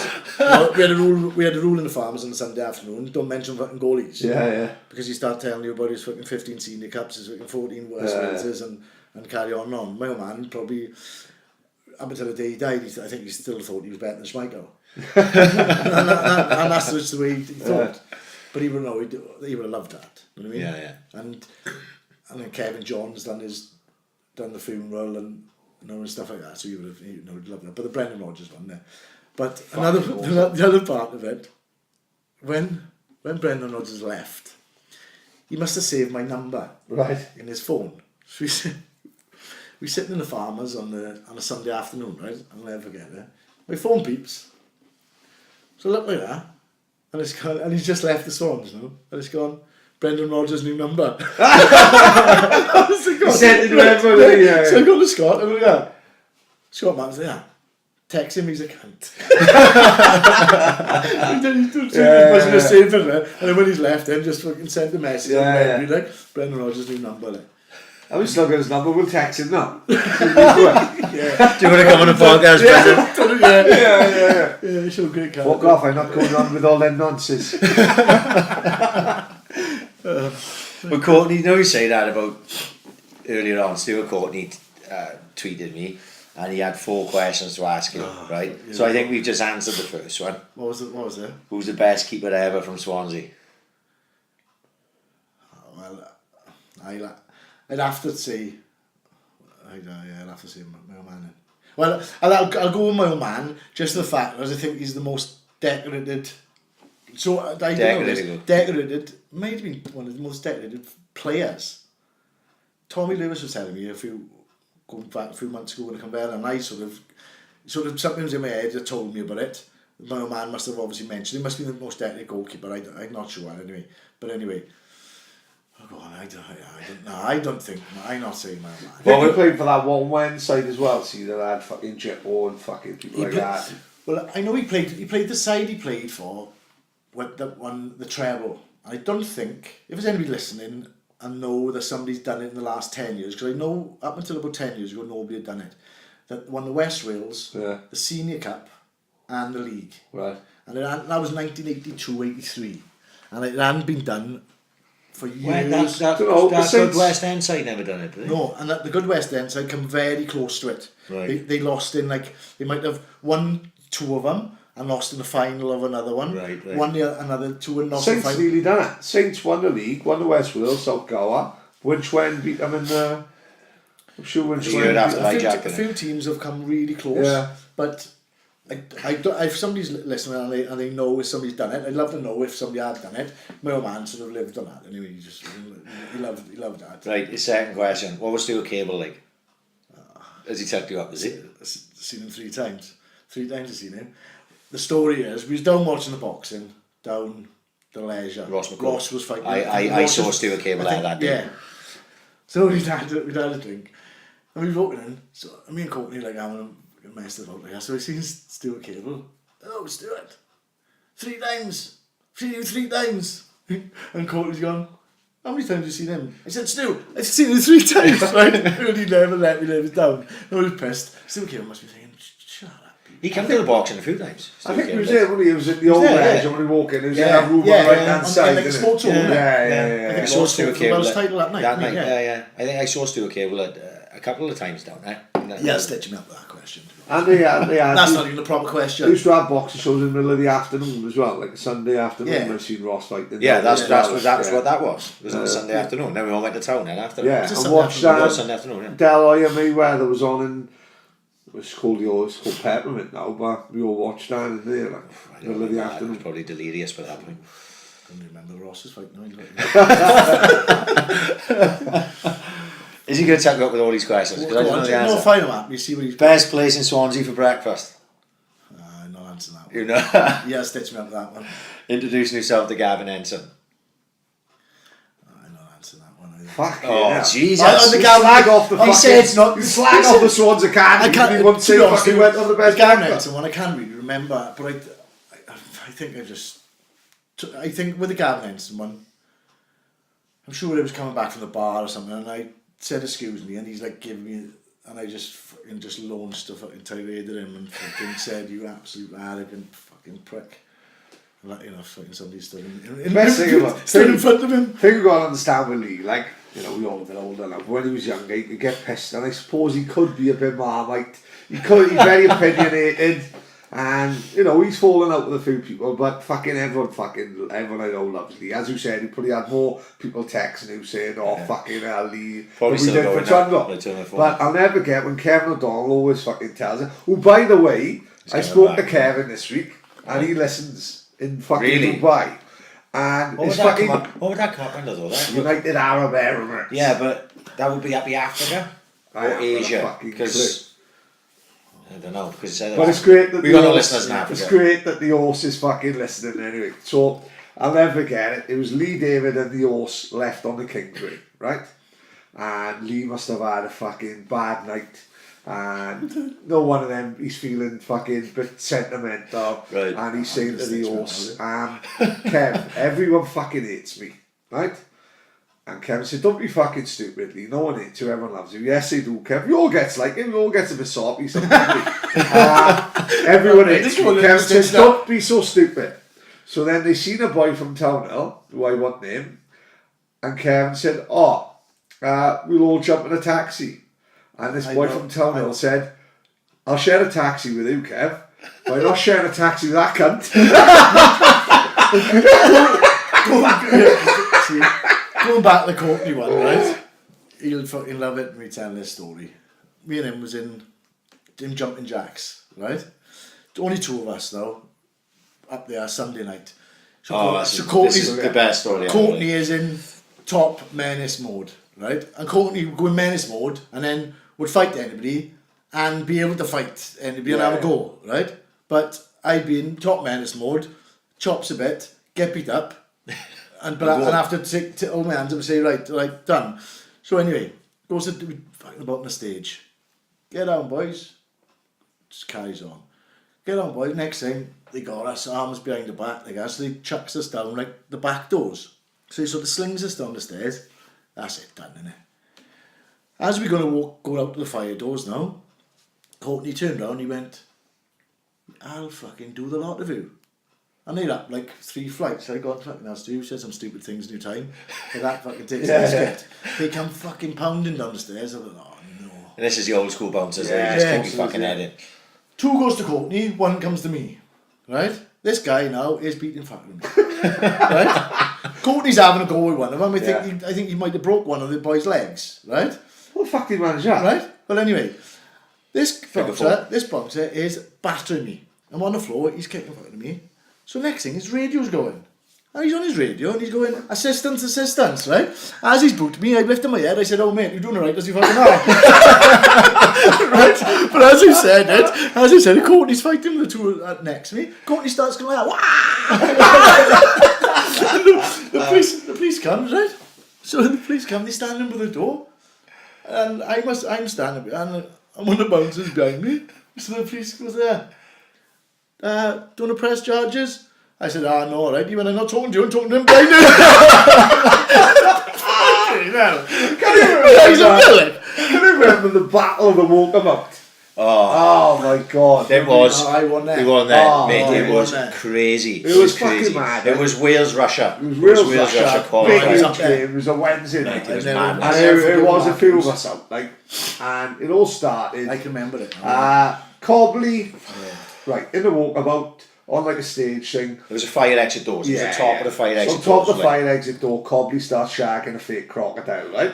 Now straight away then, a bouncer should realise he's not doing no harm, right? You know, so Cobley's on top of this crocodile, fucking this crocodile. Bouncers come over, grabs him, it's fucking up. They got heavy-handed. They did. They was a little bit out of order. They smashed him out to the fucking fire exit door. With his fucking head. Honest to God, they left this crocodile. It was like No like Jolly Boys out in Only Fools and Horses. I got a punt to run. I got a date tonight. I've lost my dolphin. Right? Cobley was like having his crocodile, right? Next thing then, it was about fucking 30 of us, and there was probably only about fucking 8 bouncers, because it was so heavy and it went off. It went off. It was to the point where I thought it was going to be fucking. I thought we were going to get locked up. Banged up. You know, best thing is we goes outside, everyone swaps jumpers with each other, no, not to get recognised. It's the same gang of boys. So everyone's just wearing the same, but everyone else is close. We tried to go back on Wine Street. Right? Obviously they heard big gang of boys. We walked on a Wine Street. They went, boys, you're coming in. We went to Flares. I think I had a ticket for the game last minute. And because I went to the game with somebody really random. Yeah. And I'd never forgiven Mark. Can't talk it. No.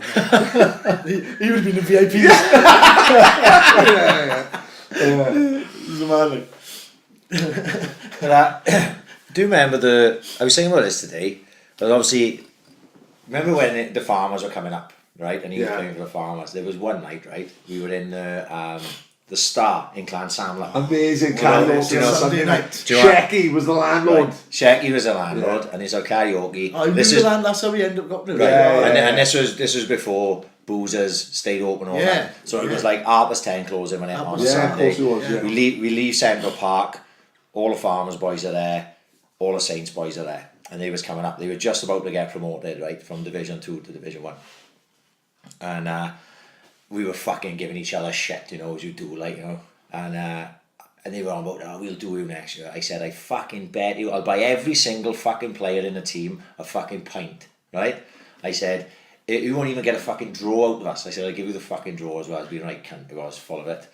And then he went and fucking, I think we draw with you twice. Yeah, and I think Minna fouled you for 2-2, for our equaliser to make it 2-2. Well, that year, right, when we was we got taught the biggest lesson ever. We went something like 17 games unbeaten to get promoted, right? And our last 2 games of the season, we played Ragged in the Open Cup semi-final. I got sent off after like 15 minutes, professional foul. We got beat something like 3 or 4-1. And then my first ever game, Dunavech, we played Ragged Dunavech. Well, we turned up now, we played Dunavech. It's like we've turned up at Wembley and it was a massive game. And I always wanted to play Dunavech because I've sort of watched so many, my own man done it so many times. That's what I always want to do is I want to play Dunavech and win Dunavech. Yeah. So he plays the Ragged down there now. And so Ragged boys strolled in as if they were playing him in a new it. Like somebody told me after that Middy the goalkeeper, Ragged, it was like something like his 17th time he's played on there. Right? They had half their team in Warrington or something like that on a trip, and they've absolutely murdered us. They beat us like I think it's 4-0 or 4-1 and give us a right lesson. We thought we was like half tidy. We won like always unbeaten for 17 games, and the last 2 games they gave us a right good lesson. Like I mean, all them games down the Vetch though, they used to be. I always think it wasn't a fair reflection on the teams. No, because the pitch was so much bigger. It's so big. That's the thing I know. Everyone's going from playing at fucking Pentra, and then it gets put on this Liberty Stadium, and the game would always go flat. The game would be too big. The pitch was too big for the players.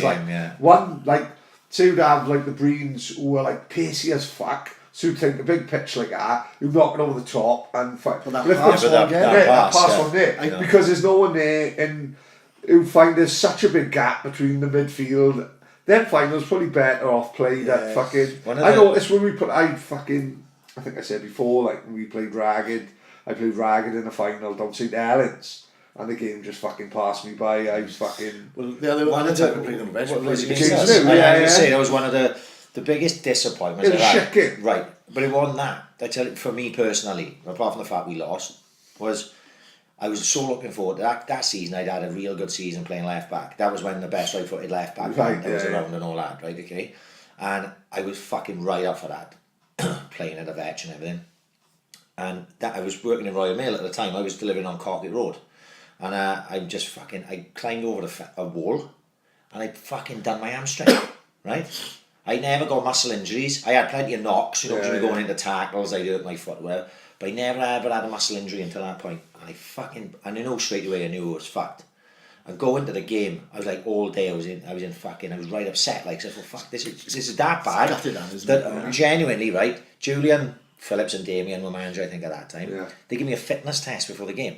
Like, it was like, you know, are you going to be able to play? And I was like, I'll play. I'm fucking playing. I'm fucking playing. Remember the game? The only thing I remember about that game, apart from the fact I was injured, was they had to take me off about 60 minutes in because I was literally couldn't fucking walk anymore. But the only other thing I remember it was Walsh. Did Walsh score the first one? I couldn't tell. The only The thing. ball came in, right, from the side. I was playing left back, and whoever made the run, I'm pretty sure it was Philip. And the ball came across, and it got headed down at Louis. And Louis went down at it, and it bounced in front of him, and it hit him, and came off. And I went in, and I got there just a minute late, or a second late, and whoever it was hit the ball in and scored. And what always bothered me was the fact I was injured, and I felt like I would have got there. You know what I mean? I would have read it earlier, I would have got there. It always fucking pissed me off. The thing that sticks in my mind from that game, I think it was about 15 minutes in, and balls being played over the top. Another thing of, I won the quickest over like 18 yards, 20 yards anyway, but the pitch was bigger, and you're never going to get there before one of the Breens. Yeah. I think it was Colin Breen, and the ball bounced, and I've sort of gone to sort of slide and clear it, and he's been way too quick for me. I've caught him and brought him down, and it could have easily been red easily. Yeah. You know, and I thought, oh no, I went to the play down again now, and I'm going to get sent off. Like, and as it happens, I didn't, and the rest of history. Yeah, that was one of the. I lost. If you get the finals, you're going to win some, you're going to fucking lose some. But that one and the other one that really irked me was the Winchwen one, when we lost the Winchwen in the West Wales. West Wales is the one I always wanted to do, because it was like we had played Winchwen about 3 or 4 weeks before, and they had a good side. That was with Chrissy Ware on the side, Danny Kavanagh. No, I didn't realise. I remember that side. Jason Wright scored 2, didn't he? I remember that side. Danny Kavanagh scored 2. Oh, is it? They had that boy Benny. Chris Ware played for them. Yeah. Did he know? Yeah, he played full back. Like, the older fella Benny in the centre park. Yes, good player. Carl He McLaren. was with CRC, wasn't Yeah, Marker was playing for them, Carl McLaren. That's right. And they had a good. Was that when Mansell had gone to him? Yeah, right. Yeah. They had a good side. Leigh Adam was in goals, right? Yeah. They had a good side, but we had played them probably 3 or 4 weeks before over Pentra and leathered them, and I mean done them like 5, something like that, right? And I was like, we won't lose to these. Like, we'd won the Open Cup, right? We'd already won the Open Cup down St Helens, and then we got St Helens Winchwen, and I was. That final must have been at Liberty, was it? No, it was at St Helens. West Wales final, was it? Yeah, that West Wales final, because that was the year that there was the last season of the Vetch. Oh, right. So they didn't play down the finals of the Vetch because everyone wrecked the fucking pitch and that, didn't they, after the last game. Winchwen won it on the they won it on the Liberty as well, didn't they? Winchwen. Right, but that at that point I was playing we were playing 3 at the back. I was holding midfielder, and we beat Nakin in the semis when we playing holding midfielder, and we probably played 10 games when we playing holding midfielder, and I'd been doing a decent job on it. And that game we was a little bit thing like, you got that Benny in there, you got to go and deal with him, like, because he plays all the football for him. I was right looking forward to it. You know, I like the match up with Marker and fucking that Benny and that. And then Ucky fucking went down with fucking sick, didn't he? Remember? Yeah. He had the flu or something, and they put in instead of me blood. John Early went in centre of the park, and I played right back, and I couldn't get in the game from the fucking start. Julian Winston was up front for him. If them days, if we had beaten West End or Aiken, Winchwen beat West End in the semis, and we beat Aiken in the semis at Garden Village. Got a fancy ad. They had that. Remember that Aiken had that fucking monster that played from the centre of the park, and I had to psych myself up for a week to play against him, right? Because we had played him in pre-season that year, and there was a fucking funny story that happens, right? I was playing centre half in that game, and that boy was torturing Damien Saunders, right? Because Damien's only small, and Damien would chuck it about, but he couldn't do anything. That guy's like a fucking brick wall, right? I don't know his name is, right? And Damien's walked over to me, and he's gone, do us a favour, give me a hand with this fucker, right? So they've had like a free kick down on the halfway line, so this guy's come forward. So I've walked up, right? And obviously I'm not much to look at, but I'll have a go. So I've walked up, and I've given him a little short one with the elbow, right, in the guts. And he's just sent me fucking flying. I got, fuck, doing something like as if I'm going to have it off of this guy who's about 6'6" and built like a big shit house. I'm looking for Damien, right? I thought, Damien be here, give me a hand. Damien was about fucking 20 feet away, standing on him. Just turned away, just fucking left me. But when we played Aiken in that semi-final, honest to God, that whole week I was winding myself up. I thought, fuck, I'm gonna have to get into this guy, and I did on all the way from the first minute. I remember the first tackle, he turned and I went through him, and it was like tackling a wall. I just bounced on him, but I just kept torturing him all game. We played Goodwick one year, right? And I got absolutely ruined down there, right? We played them in the first game, down Ashley Road. We were 1-0 down, and they bought like 2 bus loads with them, right? Yeah. They came with the same, and they always had good support. That's all they had in the little fucking village. Right? And they grounds were like Welsh League grounds, and they'd yeah. stand and all that. Anyway, so we've equalised now, I think, to make it 1-1. And beforehand, they were all chops and they all had women on the line. So when we've equalised, I give that, I can get in there. And the women started chops, and I've turned around and said, oh, why don't you just fuck off back in the kitchen where you belong? Right? So after the game now, I always remember, by Ashley Road, by the cafe, there was a guy in a wheelchair, right?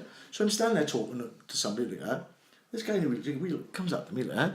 So I just turn, all right, mate, listen, even like that. Oh, wait until you comes down to our place next week. They'll be gunning for you. And I'm like, sorry, fucking Ironside. Right? So they had this striker.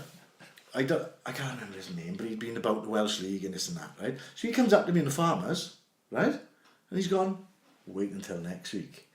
We'll be gunning for you. Fuck, it's like Voice of Macy, innit? It's like League of Gentlemen. I would have fucking gone, fuck that. I'm going to watch the Swans. So he goes down now. They beat us well. I think we beat us about 4-1 or 4-0 in the end. But first half, I'm up the other end from the clubhouse, right? So then, second half, it comes out second half. Next thing, the fucking double doors opens the clubhouse, right? And they all comes fucking piling out. They're all behind my goal, right? And I took abuse for 45 minutes, right? Every time I went to get the ball, they were like, kicking it away from me, right? Yeah. And I'll never forget, the guy who pulled me in the Farmers, something like the 4th goal, right? He scored, and I'm laying down like that in the mud, and I gets up, he's got a boy on his back, and he's standing there, and he's like after me. No. Oh my God. Yeah. And we went in the clubhouse after, and all the players were playing cards. Yeah. We'd up and stay down the sing-song. So Wayne Morton with us was there, and there was a few of the older boys, and so they said, come on, let's jump in the bus, let's go into the town. Right, so we don't know what the town was. Jesus Christ. So we goes into this pub now, and there's a couple of boys are playing pool like bollock naked, they're having a novel. Next thing, 4 people walks in, 4 of their fucking players. Like, we can't get fucking away from him. Like, everybody fucking went. Oh, fuck yeah, he's standing like that, bang. Love the West Wales. Fucking. Oh no, we had some tremendous. Just wait for the draw, wasn't it? We're going to wait trip. Mate. It was like, and then as time went by, then like when he was playing for the Good Saints team, you were looking for a draw in so you can progress. Yeah. No, I think first round you were thinking if you get to. The way I always saw it, especially during this time, that's what I was going to say, especially during that time when the senior league was strong, right? And you knew, unless you pulled Aiken or Goodwick or Seaside, right? You were going to go anywhere else you wanted and win, right? Yeah. So if you pulled Johnstown even or someone like that down there, you were like, happy fucking days, we're going to go down there, we probably stick 6 or 7 and we can have a good time. You robbed the dog down in Johnson. We took for the boys put a dog on the bus, and Brendan said we're going to take that back. Never. The dog was on the bus from I know Paulie Collins and Harvey from the Britain gate crashed the wedding, and fucking Gaz was necking the fucking mother-in-law on cigar. and this is full on, not in the night now, night guests, stay there in the fucking day. Like, Paulie Collins is giving the fucking speech for the best man.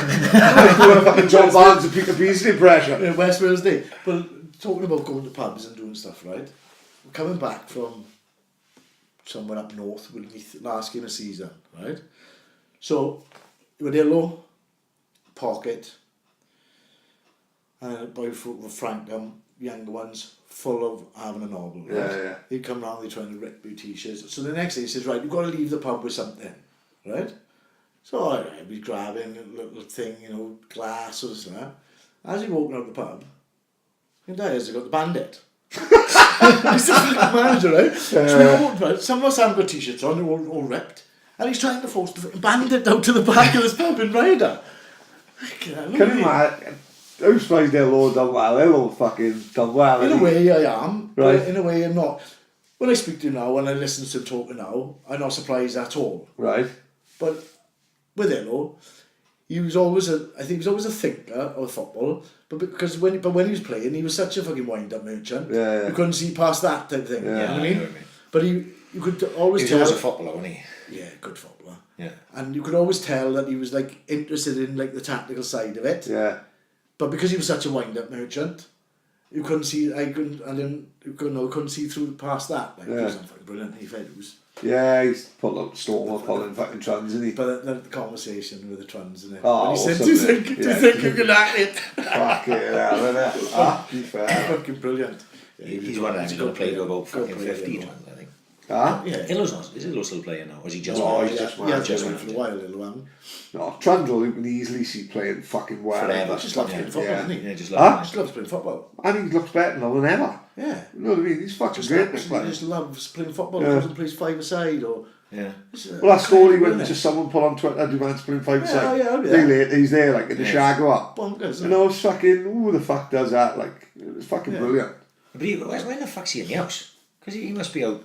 Yeah, I just yeah. love, I imagine say that to my missus, yeah, right, I'm just getting from work, And I'm he plays going to in play that, football.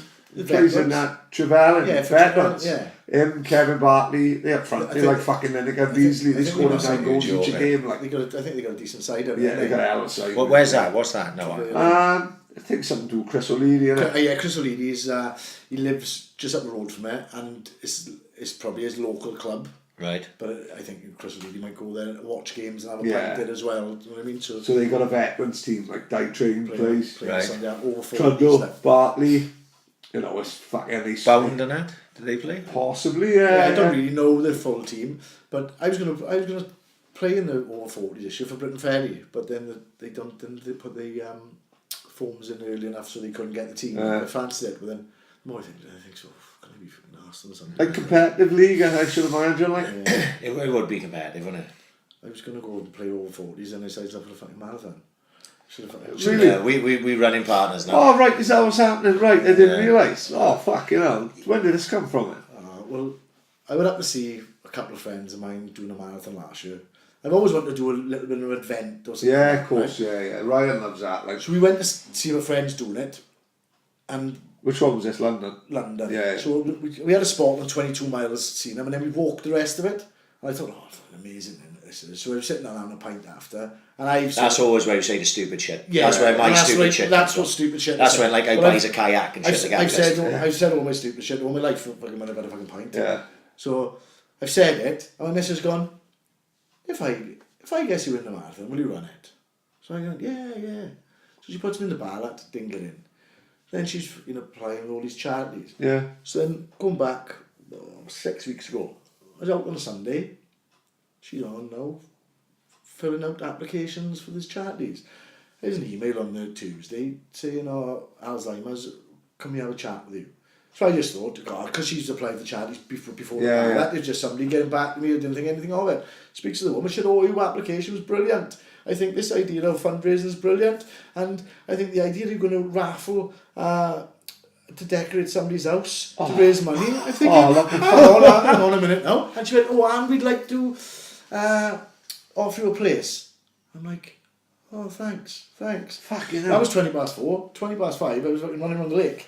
Imagine some big mansion in fucking Durham. How we've got a fucking decorate. It would be devastating. Huh? I won't be fundraising on that one. No. So what's it? What? This is the London man. He's doing London. Oh, fair play. You're not going to do a fucking dress as fucking Shrek or nothing, or you're going to do full on John, is Just it? going to go dress as Leigh David. Huh? Mr. Wimpy. yeah. Wear them shit trainers, like, pair of Asics on underneath them. Like. Yeah, I'm just going to try and finish Donna it. went up to watch Donna's mate done the London man, and she went up, she had murders with Gordon Ramsay. He called her a twat or something. She only wanted a photo, but he's doing the man underneath.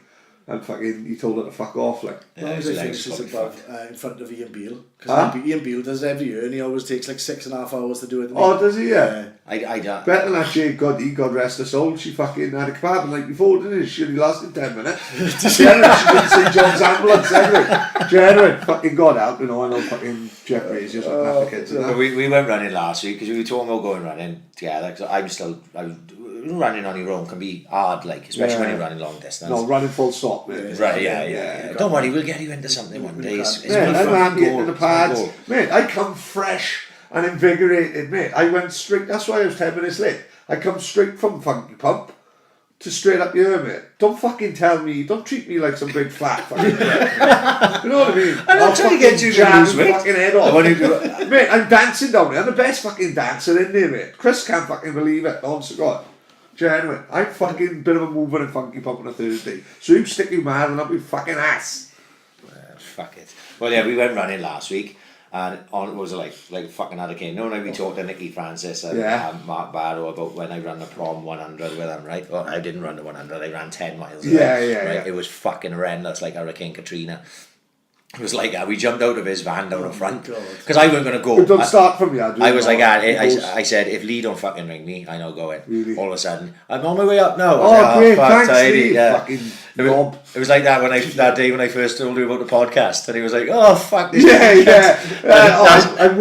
We'll do a Thursday. I'm working till 7. Mate. Okay, we'll start at 8. Oh, fuck you now. How am I going to get rid of this prick? No, fucking 12 weeks later, we still fucking doing it. So we went running. It was fucking pitch black, wasn't it? We was running through puddles. What time did we go down there? About 5, wasn't it? In the morning? No, in the night. After we both got in from work. Oh, after work. We went running this week, and we upped the pace a little, and we were surprised, didn't we? Fucking blew me a little bit. Did he really? Yeah. I was breathing up my ass at the end. But we done the run. Ian Beale be fucking doing it. And we said, oh look, let's try and beat obviously the time we done last week. We've done like 10k. So he said to me, right, we've done 7k. So I said, oh look, give us a shout with 1k left, and we'll just leave it out. Yeah. Just have a go. Just leave it out. They said, don't worry, don't wait for me. If you stride on, just go. And I'm just gonna just put it in. Fucking hell, that last k. Really? He stood out. He's about 25 yards in front of me. And I am fucking breathing my ass. And we're on the road as well. We're not on the front. Yeah. We're on the road. We didn't, because on the front seat it was pitch black. Right. The week before, and he's a bit dodgy. You don't know where he ran in. He fucking dropped down all. You fucking do your ankle in. Yeah. So we stayed on St Helens rugby ground side. The problem is if you do that on that side, if you imagine how you're running on that side, you've got all the street lights, so you can see what you're doing, but you've got to cross roads.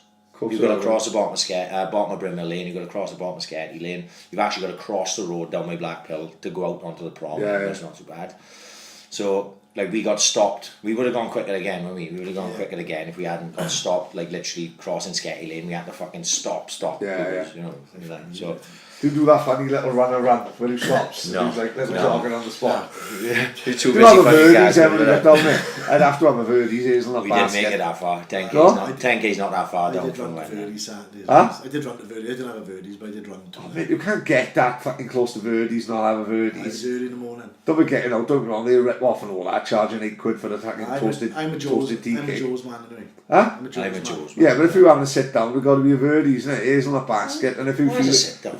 feeling flush. I beat the Verdi's much around. What? You're taking the kids a couple of times, and they just have non-asked, isn't Mate, it? having a hazelnut basket, mate, it's up there with fucking Joe's, mate. Nothing would beat Joe's. Joe's ice cream fucking... Mate, I've had ice cream all over the fucking world, like, you know what I mean? I ain't fucking tasted a gelato like Joe's. Joe is the bollocks, isn't it? Yeah. There ain't no fucking... I never tasted ice cream better. You have a £4 tub of Joe's to yourself, and you live in the fucking dream. Yeah, you can't beat the Joe's Sunday after. Oh, it's the fucking Tradition, bollocks. Well, I'm off a baby now, anyway. Fuck, this is when he turns into a miserable fucking... No, it's Christmas in fucking 2 I'm weeks working like fuck. I'm working every day now. I thought to myself, there's no need to have a baby. I haven't had a drink tonight now, even though Leigh kindly brought me 8 cans of Red Stripe. Oh, nice. I put had it- 6 cans of San Pellegrino. I put them in the fridge. Yeah, did you just think that he just brought those through and left me out? Yeah, I thought that, yeah. I thought, oh, it's nice when fuck me. I couldn't see no fucking... Mine was already in the fridge. I don't feel so special now. Now I'm who gives up alcohol and he brings me fucking 6 cans of pop? But I know you're always driving, you're not drinking. Yeah. No, I thought to myself, right, obviously my birthday weekend, I had a good baby Saturday, and I thought, right, I don't need to drink now. I think Niall's Christmas party with the Malsters on the 17th of December. So I think if I can go from whatever it was, 26th Yeah, to the that's fair 17th, I've got to try and get my weight down because I always piles it on at Christmas. I'm a fat prick. And I has a few babies in. But we're going to have to have a couple of pints watching the Swans over Christmas. But do you know what I nearly did last night? The horse, Kevin O'Donnell is home one the day after Boxing Day, so that'll be a big day in the Corket on the Saturday. Do you know what I need? 20... What day, sorry? That'd be a Well, Tuesday, is it? No. Say 27th is midweek. Yeah, 27th and yeah, the so it'd races, be about Wednesday. Yeah, I got the races. I'll get the calendar. I'm working a Wednesday, Thursday, Friday. Yeah, it'll be the. If he's home. She shut me down on a Saturday as well. That's when you said the 30th. I was like, I'd already tried to wangle the 30th with her for something else, and she was like, not having Auntie wrote the 23rd. Crap. Yeah, And go- yeah. and It's go- the horse is fucking home. I'll try. I'll try my. I'll For my chance my friends, I'm arm. going to watch the Swans twice away over Christmas. Yeah. Really? I'm going to Liverpool on a family bus, take my daughter on Yeah. Boxing Day, and then Spurs. Oh no, and Spurs then home. Watford then on the 30th. I'm gonna- I have done Watford. Watford's one of the only grounds I haven't done. I'm Are they still I'm gonna Vicarage have- Road? Yeah. Yeah, I'm gonna have to Home check. of our favourite ever goal, Glenn Hoddle. Glenn Everything Hoddle. about that goal was supreme. The move, the turn into space, and the end it all, but Chip in the far corner. Fucking Glenn Hoddle's great Remember that score. afternoon when we was on Yeah, holiday in Fallaraki. I was Just thinking saying, about- just saying famous commentary. and we sat by the bar, and at one point what we used to do, we was doing is chuck in Swans players. So you might say David Off, Right, Peter yeah, Bodak, yeah. and who Joanne, kept yeah, just yeah. kept on saying Swans' name. Oh, I actually remember the commentary line I did. It was Gaz's goal against Arsenal in the FA Cup. Schoolboy's own stuff as he's running away. I can never remember things like that. Huh? I can remember that one, but I can never remember thinking of like commentary and stuff like that. That's Yeah, that's- brilliant things I'll like tell that. about 1990 and then I fucking loses the plot then.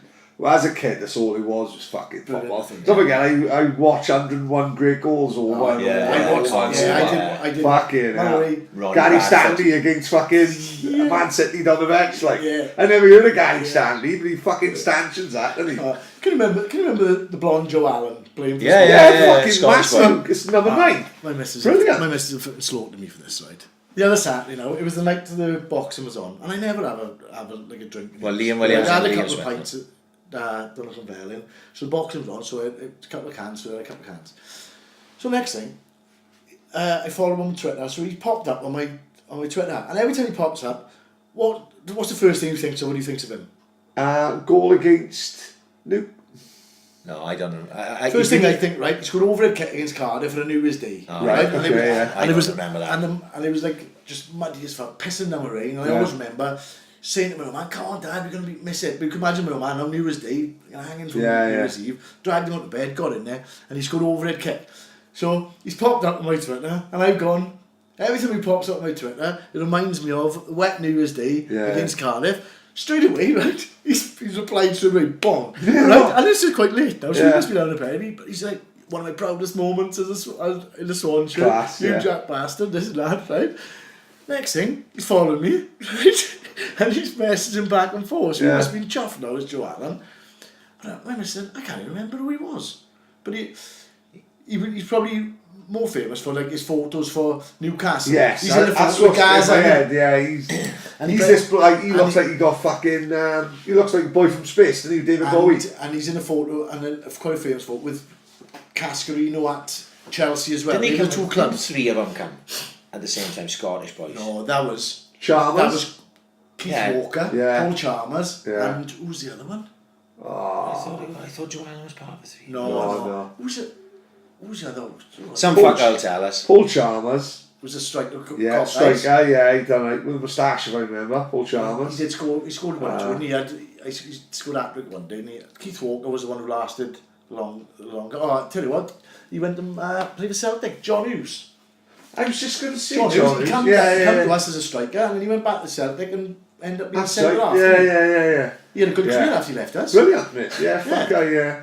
One of the few. Yeah, one of the few. Not many people have gone. And Keith and Walker was a legend. Well, Keith Walker played. Keith Walker was outstanding. For Yeah. us. He scored a winner Yeah. in Cardiff, and he won you. Smashed one. Roof of the Look at that spine, like Freestone, Yeah. Walker, Coneforth. Who would have been up front? Andy Mack? No. Jimmy Gilligan? Gillingham probably Jimmy had What a it. spine of a fucking Yeah. team. It wouldn't fuck with them four. One of the No, best things. Rog, Walker, Coneforth. And you'd have Mark Jimmy Harris Gallagher. as well. Huh? You'd have Yeah, Chuck Chuck Harris. One of the best things I can remember that sticks in my mind from the vets, right? Russell Coughlin.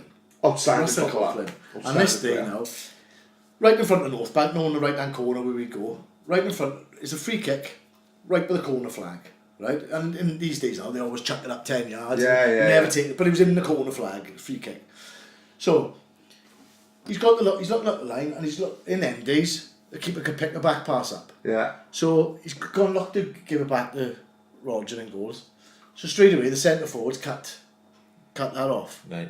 So he stepped back, he's looked up the line, and as he's gone to take it, he stopped and he just dinked it over the centre forward's head into Rodgers' hand. It was fucking brilliant. Russell Coughlin was an hell of a player. You reckon he loved the Brilliant, belly though? yeah. Well, I mean, he had a big whiskey nose, he had fucking scruffy hair. Huh? God bless him, he's dead. Yeah, he is dead. Yeah, fucking passed away. It was the worst Cardiff song I've ever heard. They all sang, no, she committed suicide. Where's No, that No, one it's was Alan Alan Davis. Oh, Alan right, Davis. Russell Cochran Oh, died. yeah. Russell Cochran died recently. Where's your Alan gone? He left the engine on. Yeah, Yeah. that's right. Fucking hell. And they come down to Swans. We played him like half. How did Russell Cochran die? I don't really know, but he Last year, wasn't it? Yeah, he yeah. down in Swansea, and then a couple of Exeter years later. somewhere. No, up to Carlisle. I'm sure he's a postman up in Carlisle. Somewhere. Is it? Yeah. Well, Alan Davis, Swans played Cardiff not long after he died, and they was all in the away end, and they was all like, "Oh, nice." Yeah. Where's your Alan yeah, gone? He left the engine on. Gas the Jack and all that. That's thing. right. Yeah. They never recovered from swim away, or they. No. Like swim away goals have gone down in fucking history, like, you know, no matter what they say, they used to do the horse gesture because of that Teddy Coles Yeah, as well. yeah. Like, and it's just nothing will ever beat the swim away, like, you know. No, you've seen it on the TV. You've seen Cardiff playing Middlesbrough No, for yeah, argument's yeah. sake, And they all doing they're it. all doing The it. biggest Yeah. fear now is they're going to come up and we're going to go down. It's probably going to happen. It's gonna mate. happen. It's probably Mate, gonna happen, they're not conceding. They're not conceding fucking goals, mate. And if anyone's going to get you out of that fucking league, it's fucking Warnock. No. You know, As soon as he went there. Mate, as soon as he We went would get there, him. as soon as he went, he was thinking, oh, he could be an obnoxious cunt if he were playing against He was a him. perfect fucking fit. Perfect fit Yeah. for Cardiff. Because Yeah. he is a cunt. Because he's another one, but in that league, he's It's no one better. he's like a sort of, he can go in and fight fires Yeah. to keep him up, and then he'll go and He'll push do on. more. He'll do more than fucking fight fires. Yeah, he takes yeah. them up like. Yeah. You know, it's not a great fucking change in the personnel, is it? I tell you what I was surprised at. I read Joey Barton's book. Have you read Joey Barton's book? No, I haven't. No. Funny enough, I don't like He the rubs cunts. me the wrong way. Yeah, sometimes he's the things fucking are right, wrong. but Don't get me wrong. I But think it'd be a good book to read. Like, Yeah. But I couldn't bring you know his it. book. He's fucking quite intelligent. He's- He gives the impression he's quite intelligent. I think a lot of it. He does like a Ryan. He can do big words, and he is intelligent. Well, he fucking but he's lost- not I as like him. intelligent. He's not as 50-50, intelligent as he fucking makes out. You're trying to say I'm not as intelligent as I think. No. What I'm saying, You like, fucking upsetting me. He didn't say happy birthday, you cunt. I know you fucking Didn't- slated me in my own did you kitchen. see Joey Barton question time? He tried to say something he's a fucking fucking about wanker. fat women, and he was just going up his way to be controversial, and fucking Dimbleby fucking ruined him. Like, you know what I mean? He was. See, well, I wish I'd seen that, because Yeah. when I read his book, he was talking about that, and he was talking in his book as if he'd like put a good show on. He on made a Question fucking Time. mug of himself. I Yeah. I'm against Yeah, Joey yeah, Barton. that's one of the things I I was always like that, where I did. I was like either whether I thought, yeah, he's alright, or he was a right prick. Yeah. And he was one or the other, but I'll go with his prick. No, but I gotta be honest. It 'Cause of would, shit and it question. would be a fucking. It would be a book I'd fucking like to read. Like Yeah. I read Ian Rush's book. Ian Rush growing up was my fucking idol, absolute fucking hero. He come to Swansea, box signing. I was fucking working. He got photo with my daughter, which I would have fucking loved if I was 8 years old. Read his book. He was born as fucking sick. Well, if you're looking for a book to read, right, and you'll never ever think of reading it, Stan Ternant. Right, Stan Tennant in his turn. He used to manage Burnley. What's it, Tennant? No, whatever it is. Yeah, I know, That's the one. we know It's which the fucking same he's guy. over. His name's If you Stan. ever get a chance, read his book. Really? He is Oh, I absolutely don't give a fucking fuck. cracker. Isn't he the one that scared Neil Warnock off? Yeah, in the Neil Warnock's assistant at one point was Kevin Blackwell, is it? Yeah. Well, they played at Bramley, and you've obviously heard the I've story. heard the story, right? yeah. Played at Bramley or something, and he come in half time, and he's gone to this skipper, keep him occupied. He's followed Kevin Blackwell, and he's fucking chinned him at half time. Right. Yeah. Well, they must have had a bit of a scuffle, so he's gone back in then to give his like team talk. And his skipper's like giving him the fucking eyes of say that he had fucking blood dripping down his face. Like, yeah. he's had a scuffle. I think nuts, they like. said that Warnock was he went looking for Warnock, and Warnock was hiding behind the door or something. That's Because right, Warnock's yeah, a bit of a he- despicable prick, isn't he? Yeah, Remember that so thing it's- with yeah, That must yeah, be yeah. it. Yeah, he Yeah. would for the So it was that first John goal, innit? Sitton that got a book. That It John was Sitton. that Turner, Stan, we just call him Call him Stan. yeah. He was on Talk Sport, that's where I heard it. Right. He was with, I know he was with Alan Mazzello, I think it may be Macaulay Murray. Macaulay Murray used to have people on all the time. And he was quite open about it as well. He fucking hated Warnock, he said he was a prick. Like, They reckon there was a player called Billy Whitehurst. Yeah, he was on Colin Murray Yeah, as yeah. well. Yeah, he's supposed Hard, Sean isn't it? Chappell played against him, like, and fucking Sean Chappell said, Played "You for don't go Arnold, nowhere near him, boy." Yeah. Supposed to be the hardest man in football, I reckon. Do you remember when Mick Arthur walked all He still over gets those talked guys about, celebrating on the floor? Brilliant. That's still one of my favourite things. Like, you Yeah. know, if that comes on, I burst out laughing straight away. Do you remember that? Billy Whitehurst still gets talked about now. Yeah, of course Because he old will, yeah, players yeah. on TalkSport and stuff like that. They'll mention him. Yeah. I can't know. They might make Arthur on it. But No. there was Mick Arthur was playing for Wimbledon, I think, and they played someone, and they all know this was that when in rehearsed celebrations started coming around. This is in the 90s, right? It's like the end of the 90s, maybe even earlier than that. And these guys laid on their back on the floor and they pretended they were riding a bike.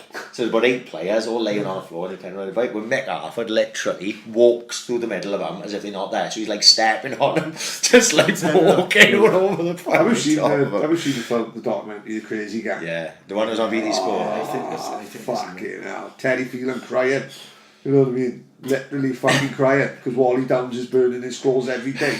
Every day he's getting into the car. To chuck people's suits in the foot. Oh yeah. But it was all like Fash as fuck. Fash was crackers, man. The story with Fighting with Laurie Sanchez. Listen to this, right? Fash says like the worst thing could have happened in the cup final is Laurie Sanchez scoring. He said, I was chuffed we won, but I hated him.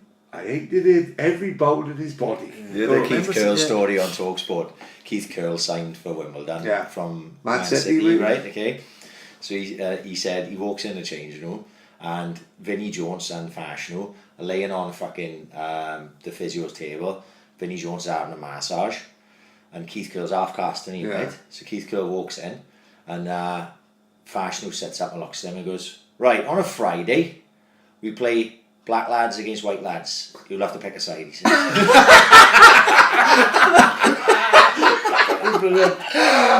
Flash, Eric Young, fucking brilliant. Robbie Earl. Yes, Both sides Robbie like- Earl. He don't have football teams like that anymore, do he? Ah, Don't have football teams like No, that. fuck no, this is part of the reason why I fucking falls off the no- lap with I it. know. I Because know it's- you look at football now.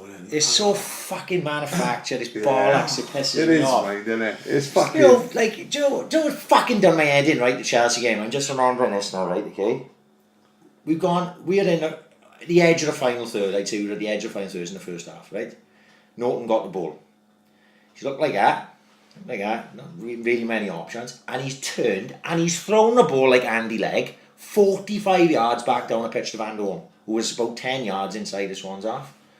For us to give the ball, for him to give a ball to Mawson, for Mawson to sort of do this and that, get closed down, and turn and give it to Fabianski to take a touch, to fucking launch it the length of the pitch.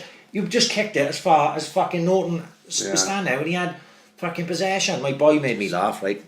Because Nilo was watching football with me. He's like a real innocent version of me, right? Whereas like he flips his lid the same way, but it's like I can watch him do it. It makes me laugh, right? Yeah. So I'm sitting there now, and it was quite funny on Twitter. It was quite funny on during the game last night. I was like, I was tweeting following and it. stuff, I right? couldn't get it on. It was quite funny because people are taking a piss and whatever. So anyway, we've got this is towards the end. This is when we had our little spell, right, of looking like we may get something out of the fucking game, right? And all of a sudden I've got the ball and he's literally on the edge of the penalty area as regards taking a throw in. And I'm on my phone like that, and my boy has stood up and gone, options! Where's the options? He's going, right? And he's only 9, but he's like a 9-year-old boy. I burst out fucking laughing. No, do give us much hope.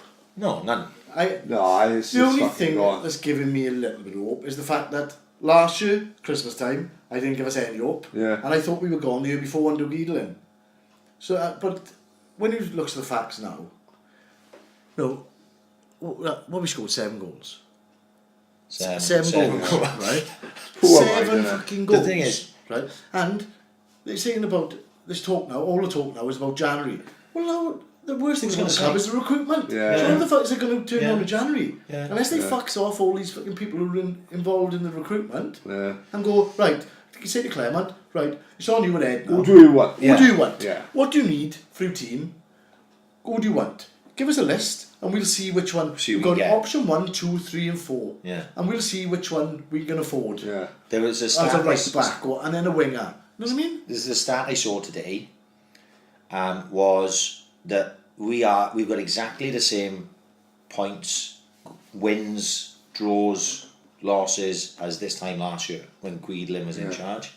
Don't ask me if this is true. It's just what I saw on Twitter. So I just take everything. I saw that. I take everything as fact. You know what I mean? Until proven otherwise. It's exactly the same. But obviously, what you've got to remember is we had a stinking start last year where we had to play Liverpool, Arsenal, Man United, Chelsea. We played Burnley, Bournemouth. So it's a little bit false. Right. So this year we've played teams that we should be picking fucking loads points of games, up. loads of games. Yeah. Do you think you should go?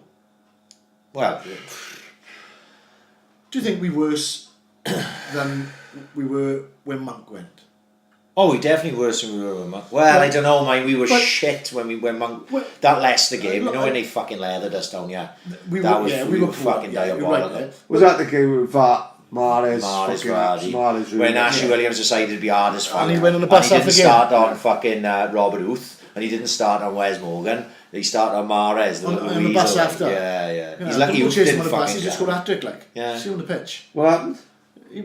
Mahrez got hat-trick, and then by all accounts, Ashley Williams Was chased looking him looking on the bus. Yeah. He didn't chase Robert Huth though. No. Because of Robert course, Huth would have yeah. fucking pile drived him into I the think floor. when I was looking at this earlier on, right, when Monk got sacked, we'd played around about 14, 16 games and had 14 points. What have we got now? 8, 9. Yeah. 8, 9. No, yeah. No, it was 8 before. And you could say, right, Clement, I haven't been one for him to go because I think who the fuck are we going to get in? Yeah, exactly. That's basically the And- only thing that says for me. and also- fucking Ridley. Why should he take the flak for people It's not not his fucking fault, like, not yeah. fucking doing the job right in the recruitment side Yeah. of it? Yeah. You know what I mean? But it all depends how many of the signings that is. I mean, Nobody knows. How many fucking losses are they going to put up with? Like, are they just going to say, "Oh well, we'll just accept Clement's going to take us down," and then start again? But then That's not I going to feel happen, is for us it? if he goes down. There was a tweet, another tweet I saw If yesterday. A man our recruitment is that bad, how the fuck are we going to go down and put a squad together to challenge the Exactly. championship? I haven't seen that fucking It's championship. fucking hard. Did yeah. it- It's fucking solid. Did you see this one today? It's another one I saw today. Net spends over the last 2 Yeah, seasons. yeah. Did you see it? Yeah. Right, okay. So obviously, Man City top 331 million euros over 2 seasons, and then it goes down and blah, Was blah, it blah. 25 million as of net spend? We are bottom with minus 21 million. So we are actually 21 million in profit Yeah. over the last 2 seasons. But we bottom of the But fucking we league. bottom of the How league can and we- we are absolutely How can we, stinking. right, go into the season, sales guilt free, goes into the season without the number 10 and without any wingers to give us the option of playing wingers. And Clement obviously favoured the 4-4-2 diamond last year. So this year now, you can't really play it. You haven't got a fucking number 10. No, exactly. You have a number 10, and we've only really got to. I don't like Jordan. To be honest, the sooner we get him out of the fucking team, the better. Whoever looked at him and gone, yeah. Well, that's another thing now. Recruitment. Looked at him and gone, do you know what? Yeah, he'll do well in the Premier League because he wasn't fucking doing well in the Championship for Villa at the time. So what comes across to say? Oh, that scout report is like, yeah, he'll do well. Yeah. No, people says, oh yeah, he done right. Oh, you fucking run about. That's a gimme. Yeah, I hate You know what I that. mean? He I- works I- hard. he works hard. Oh, fuck That's off. a gimme. winds me up. That's literally the least you can ask of a player. That's your hour and a half. work That's ethic. your hour and a That's half fucking- of the week. Hour and a half of the week where you just got to go and give a maximum for hour and a half. Yeah. That's all you're asking. Well, Know what I mean? what I struggle to understand is like professional players can't give a ball fucking 10 yards seemingly now for us. We've gone from the club with, well, the first year we came up, it was like, fuck, we'd be lucky to stay in the league this year. And we outpassed the best sides in the fucking league.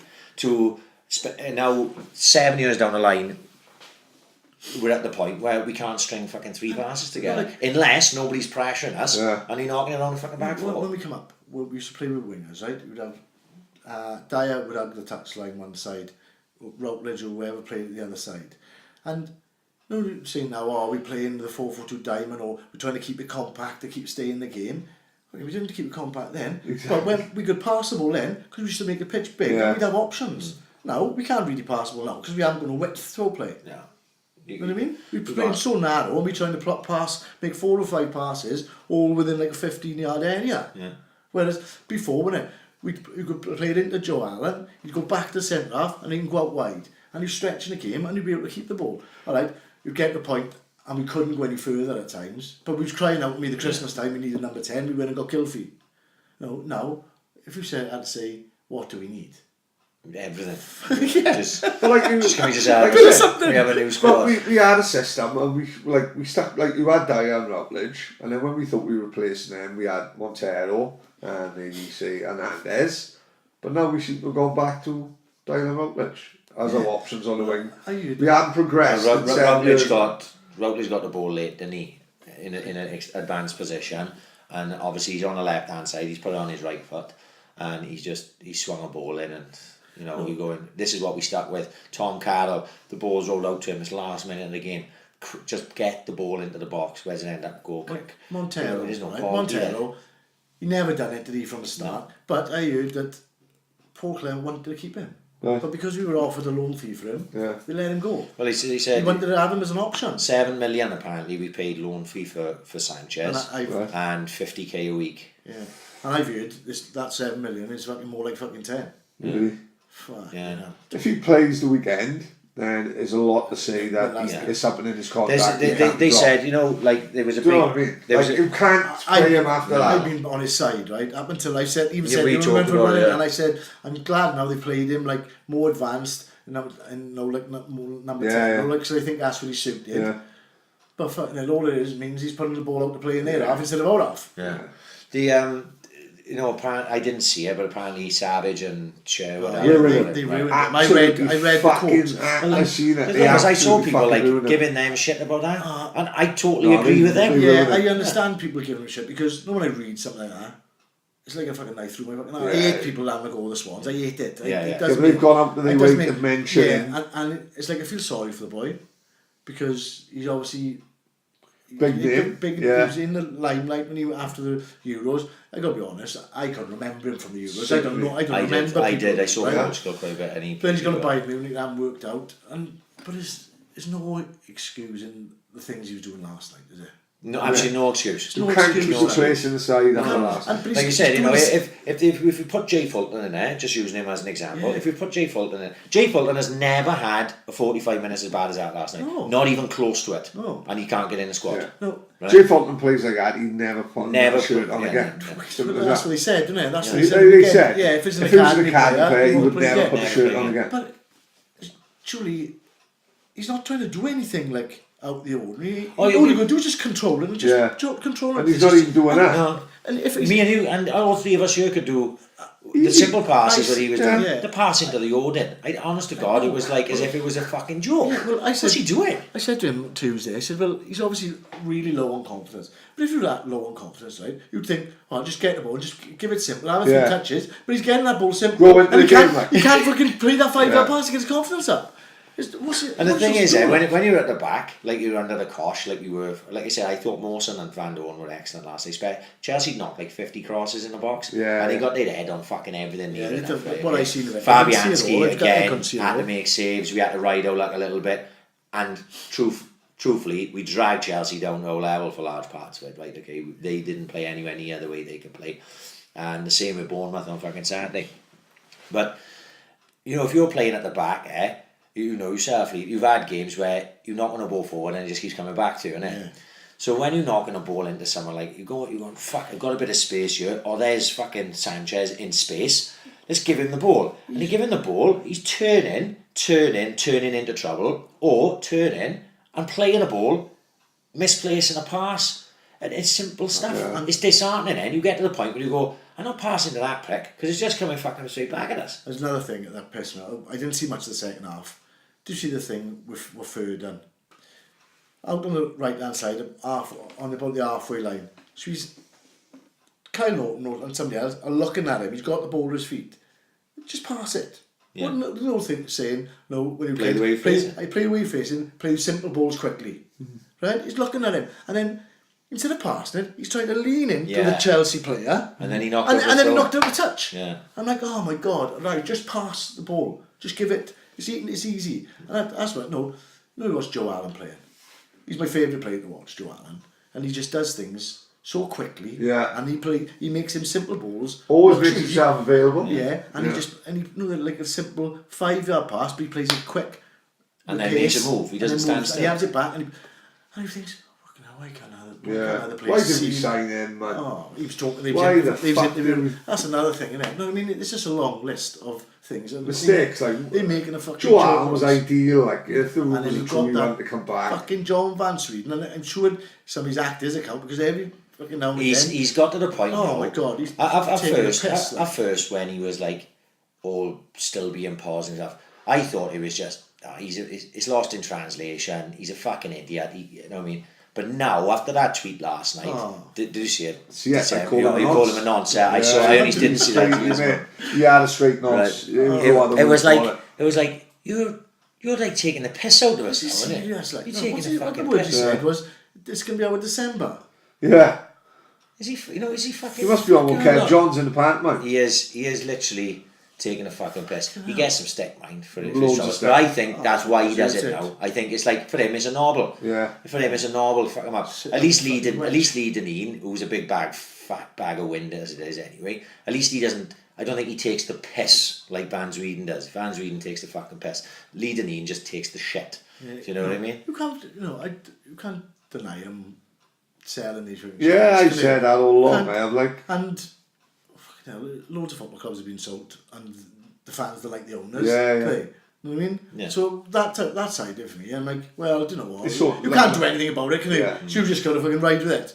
But what I can't get my head on is like, Hugh Jenkins is like as if he's fucking playing fucking Football Manager. Yeah, Getting involved in like all the fucking he wants to be involved with transfers. He's down the training ground all the time watching Really? fucking when I was there, anytime we go to the fucking training ground, he'd be at the first team, and if the first team were in training, he'd be at the academy. He wants to run everything. Yeah. The guy who's in charge of the academy down there is just Hugh Jenkins' puppet.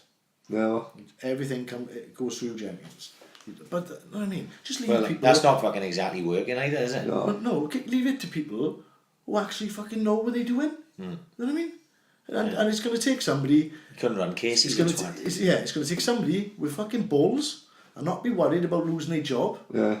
to go like that and stand up to him and go, do you know what? Because the last one who stood up to him was fucking Loudrup. Because Loudrup probably had more money than fucking anybody. Yeah, So of they didn't give a course, yeah. fuck. And more reputation as And well. And I think that Loudrup was didn't give a probably fuck. it was Yeah. probably a lot to do with why they weren't they were quite happy to rush Monk out the door as well. And Yeah. Loudrup didn't give a fuck. You know, you see the training, right, and the Loudrup was more or less the same all the time, right? Right. And say now they needed, it was brilliant, say they needed 11v11, Yeah.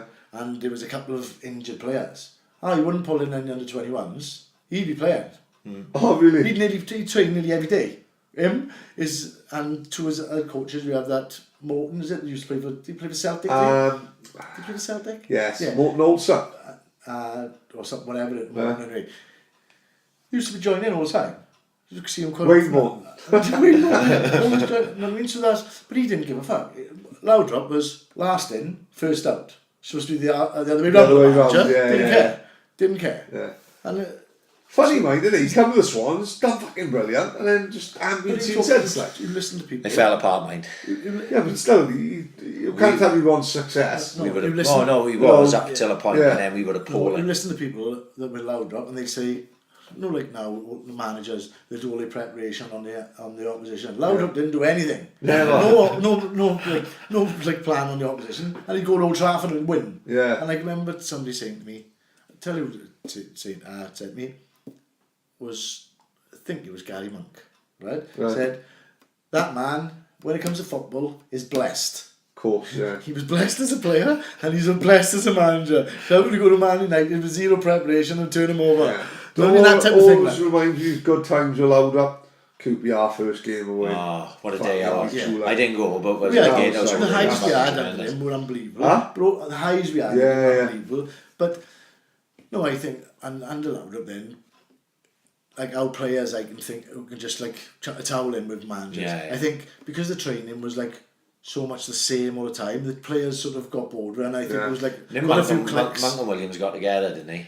I think they was. I don't really know. Don't know. Do it. But that's another thing, right? With Hugh Jenkins. Hugh Jenkins wants to be involved in everything. Yeah. So Hugh Jenkins is likely to go and pull. Have a word, Pull yeah. Williams. Pull Man. Yeah. Pull Liam Britton. Oh, what do you think? And then if six of them all think the same, all of a hang sudden on now, you've we've got got a the majority, innit? strong bonga. Yeah. All right, fucking hell, he's gone. You know what I mean?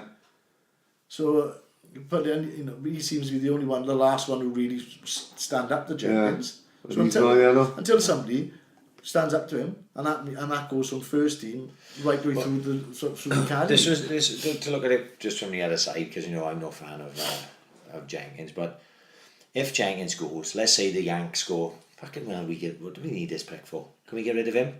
Langdon, you can do his fucking job, right? Yeah. And they send Jenkins away, then we've literally got nobody in the club. Well, that's been sort of my thing all along. You know, last year thinking, well, I'm quite happy that Jenkins is still there, because he's still got a sort of still got a feeling how the club is sort of run and stuff. But now this year, now, when you're hearing things and with like the recruitment and all stuff like that, you're like, well, hang on a minute now. Fucking hell, can we just get somebody in a fucking role? If he wants somebody to have that role, fucking employ a director of football. At least we've got somebody, a director of football, who's worthy of it. Not somebody who's fucking... Well, whoever's running a recruitment for the last probably 4 years, and I think that'd be generous. You know, you could go back further than that, but they need to lose their jobs. The recruitment team we got, Go on. right? Is head of recruitment David Ledbetter, right? And I've heard that he hasn't even got a fucking passport. What? Honest to God, that's what I heard. He hasn't got a passport, and he's put the head of recruitment. Right, okay. So that's probably why he goes to fucking Falkirk. Yeah. Technical recruitment scout. Yeah. Some Tim Henderson, right? And an assistant technical recruitment scout. You know, and I'm like, who the fuck these people now need to be fucking sacked. Didn't they? Didn't they give Jerry Tremel a job for the boys? Didn't they? Well, and definitely they've got photos. Him, Routledge, Dyer. I've got photos of the man on top sucking off horse. Tremel has got a scouting job now. Yeah. He's like a German scout. So I was looking like, we've signed German. We haven't had a fucking German player. So right, what the first player's going to come in? We've signed a player. Who do you think? What position? Keeper. Yeah, keeper. So all of a sudden now we got keeper in the under-21s, Lewis Thomas, right? Probably one of the big prospect down there, right? We signed another keeper now to sort of block his path. Yeah. Exactly the sort of player that we want. Because do you know why? Because we give him Tremel this job. Got to look like he's doing something. Yeah. We'll take a keeper in there. That's for sure. And he loves a fucking keeper. They signed an Australian boy last year. Never fucking played. He's gone. I don't know where he's gone. Yeah. Back to Ramsey. He's working in fucking Walkabout probably. Yeah, he's fucking a crocodile. So who's... that crocodile was retired after that. There's got to be something going on with agents along the line. So, yeah. There's got to be. It's got to be. I said. It's got to be. I don't know. I can't go and sign it. We got any more authorities for us to upset? We'll be banned. I've seen a new one now. George Herbert Bosch fucking kiddie fiddlers. We're going on that next year. Times like the four boys and Falkirk. I don't want to be head for that. Never going to play. The boy Tyler Reid. Right. The under-21s. I realised the other day, his brother plays the under-18s. And his brother now might be a good player. But it's a coincidence, like, it's like fucking local football then. Yeah. What's your brother like? He's half tidy. Come down and give him a game. Yeah. For a Premier League team, like. Yeah. This is another story, right? For a Premier League fucking team, right? And this is a story when I was down there. You will fucking piss yourself. Saturday morning, under 16s were playing now, and one keeper's been released, and the other keeper has got a bit of an injury, can't play. So bear in mind now, under 16s, with the under 15s, sometimes you got under 15s and sometimes you didn't. At the time, you'd have a mixed group type thing, but they've got under 14s. So if you're under 16s, right, the academy manager said, and the words come out of his mouth, I can get my boy to have a game. I don't fucking want. And his boy was playing for Anders Meadow, right? I get my boy will come down and have a game. For the Swans, like? Yeah. That's why we're in the Premier League. You know what I mean? Like? And the words he said, my boy will come down and have a game. Oh yeah, he plays for Anders Meadow. Fucking hell, man. Tell Paddy that story you told me about the keeper, the one when they swapped out that Lewis Price. So that Lewis Thomas was supposed to be playing now. Lewis Thomas under 21s. Yeah. Doesn't play much because Gregor plays is number one, right? So by all accounts now it'd been agreed that Lewis Thomas will play once they qualified in that checkered. Yeah. He was ready to play on this like Tuesday night. As they're going on the bus, Waggy or something was called, and it hadn't come from Waggy or to Cameron. Was called or had a phone call saying, "Oh no, Lewis not playing. Gregor's got to play." And this Gregor was given a contract, and like the goalkeeper coaches didn't even know he had a contract given to him. Yeah. You know what I mean?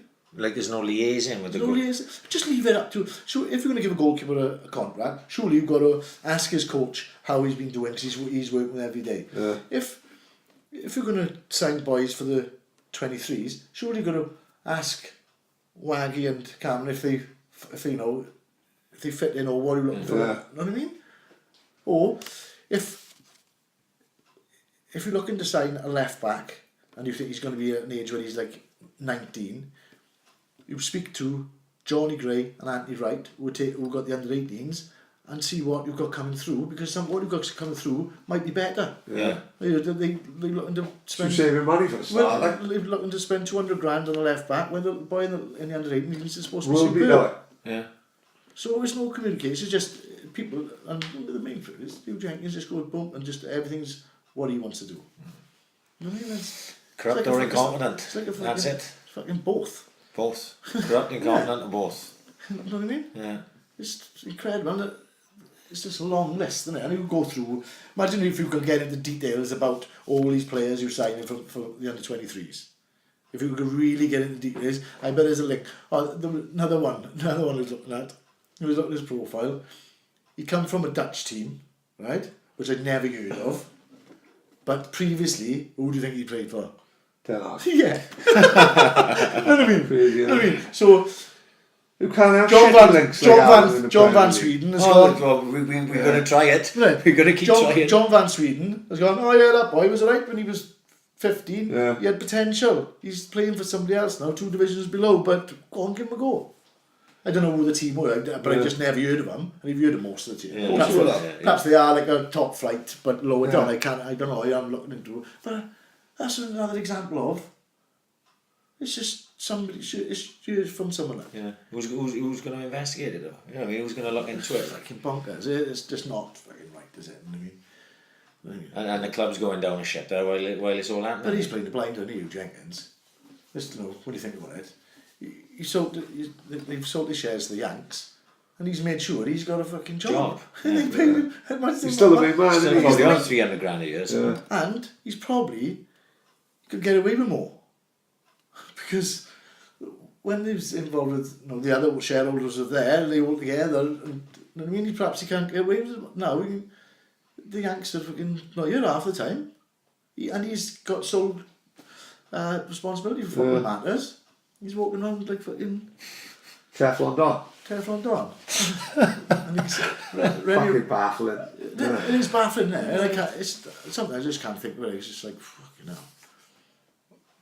No, well, like I say, what a fucking... Mind-boggling. We said that we don't like to come here and whinge like week in, week out, but it's just, some weeks we haven't. Actually, the last couple of weeks we sort of got away from it a bit, and we. Yeah, yeah. If you're going to talk to the Swans, you can't not win yeah, because yeah, everything's negative. Everything's like, negative about it. It's not nothing positive. But at the same time, you have to be honest and you have to talk about the things fucking honestly, and that's what we fucking doing. And at the minute, do you know what I mean? It's a fucking load of shit. It's terrible to fucking watch, not remotely entertaining.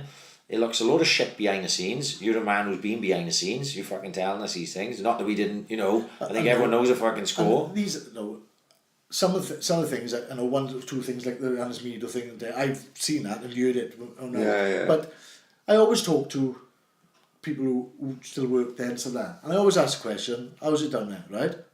And on one person, I never ever speak to anybody and they go, fucking great. Yeah. Fucking great. Really enjoyed it. Nobody, ever. So, and for the last month I was down there, it was the worst atmosphere or place I've ever worked. Ever. It was toxic.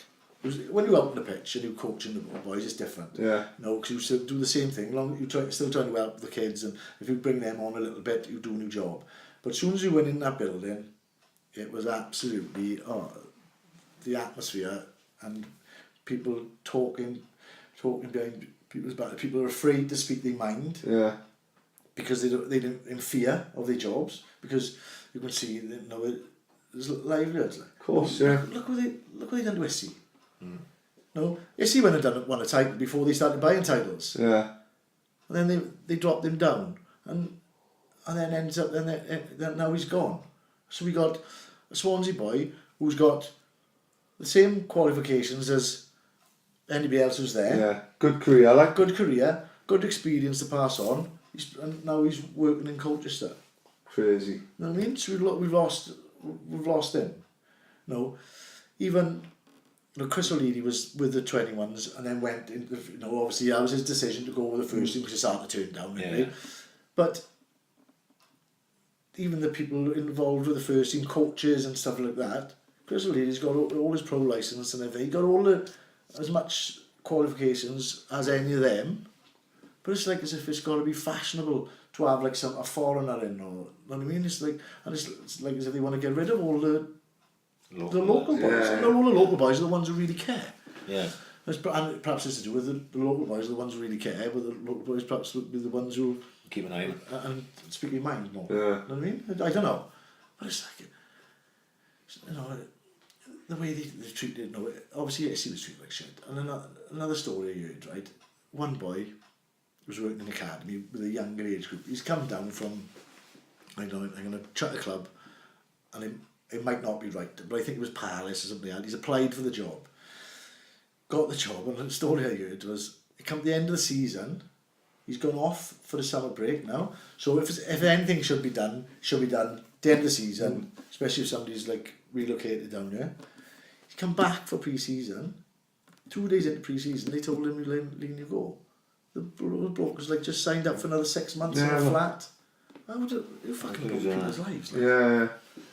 Just because all of a sudden now he's not flavour of the month. You know what I mean? It's fucking depressing. Isn't it? It's bad. So bad. Fuck, I gotta go fucking top myself. I was like, I don't know what, right? If anybody's listening, whoever's listening to this will be depressed as fuck, because the last time we talked about the Swans loads, I listened to it and I was like, oh, that was good, but fuck me, it's got me down. I think it was the woman who had Kurt's boy on. I listened to it and I was thinking, and he was talking about loads of the good times, and I was thinking, fucking hell. When he stopped, I was like, oh, I enjoyed it, but fuck me. I was like fucking but I think we had him got to talk about it. Well, listen, this is the thing, yeah. You know what I mean? If you were here and we didn't ask you, we actually, like you say, I think we missed a trick with Ian. He would have said more, but I didn't want to push him too much. Yeah, but with you, I knew he would fucking blab off. So that's the thing. It's just I'm not making any stories up. No, I'm just saying. No. I don't know. I'm in a position where I don't give a fuck. Yeah, I don't know. It's good to have someone who fucking was in there. Like. Well, that's it. You were in there. We had talked from the first podcast about the academies. You know what I mean? And obviously we'd spoke to Johnny and Anthony, and they want to come on, and we all know that, and now that's going to go down. Now I know for a fucking fact that we never going to have fucking Swans coaching on, yeah? I don't give a fuck. No, you know what I mean? I'm not gonna, I wouldn't fuck about anyway. I'm going to say what I want to say, and No, couldn't when you're down there you can't, because well, it's your livelihood. you can't do it, and perhaps It's a dream job, isn't it? and that's probably where I perhaps wasn't being clever enough when I was working down there. Yeah. You know what I mean? But it's me. I gotta speak. Speak my mind. You know what I mean? And that's the way it is. But there we are. Right, should we wrap it up? Yeah. Fucking hell, I'm going to have to go fucking do some Valium now. should we start sporting somebody else? Yeah. Let's go to Germany. We have to just get back into this fucking senior league. I think Roxburgh on a fucking pan as well, so I'll have to go back to the Saints. We'll have to go back to senior because there's no chance we get back to the fucking Swans. I'll have to keep our P45 framed. Never mind, at least the painting's busy. Yeah, painting's flying. Swansea boys fighting in UFC this week. Fucking can't wait. Friday night, Brett Johnson, Ponta del Ice is fighting Joe Soto, which is a massive fight, biggest fight of his career, on the Ultimate Fighter finale. So I know Brett loves the football, but I think he loves Wales. I think he loves the Swans. Yeah, he goes away with Wales and that. Yeah. But if anyone knows Brett, tell me, give him a shout out. If I know a lot of people listen. I've been talking to a lot of people and they going, oh, I never even Leigh before we put on, he said, hey, we watch boxing much, but now I've been watching boxing since we've been talking about the podcast and stuff. If you've been sort of in and out of MMA, watch this card on Saturday night. UFC 218. It is going to be fucking incredible. I think it's the purest card of the year, and it's a massive card. But watch Eddie Alvarez and Justin Gaethje. I think that's how you pronounce it. Francis Ngannou. Francis Ngannou.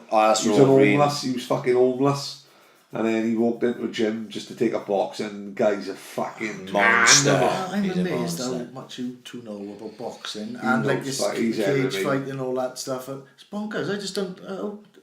Where does that like? But what again is if You did say about the boxing. if you just brushed around MMA in the past and you want to watch a card to really get into it, top to bottom, UFC 218 this weekend is the one to watch. It'll be on BT Sport. If you've got BT Sport, just record it and take time and watch it all. I think it'll all be amazing.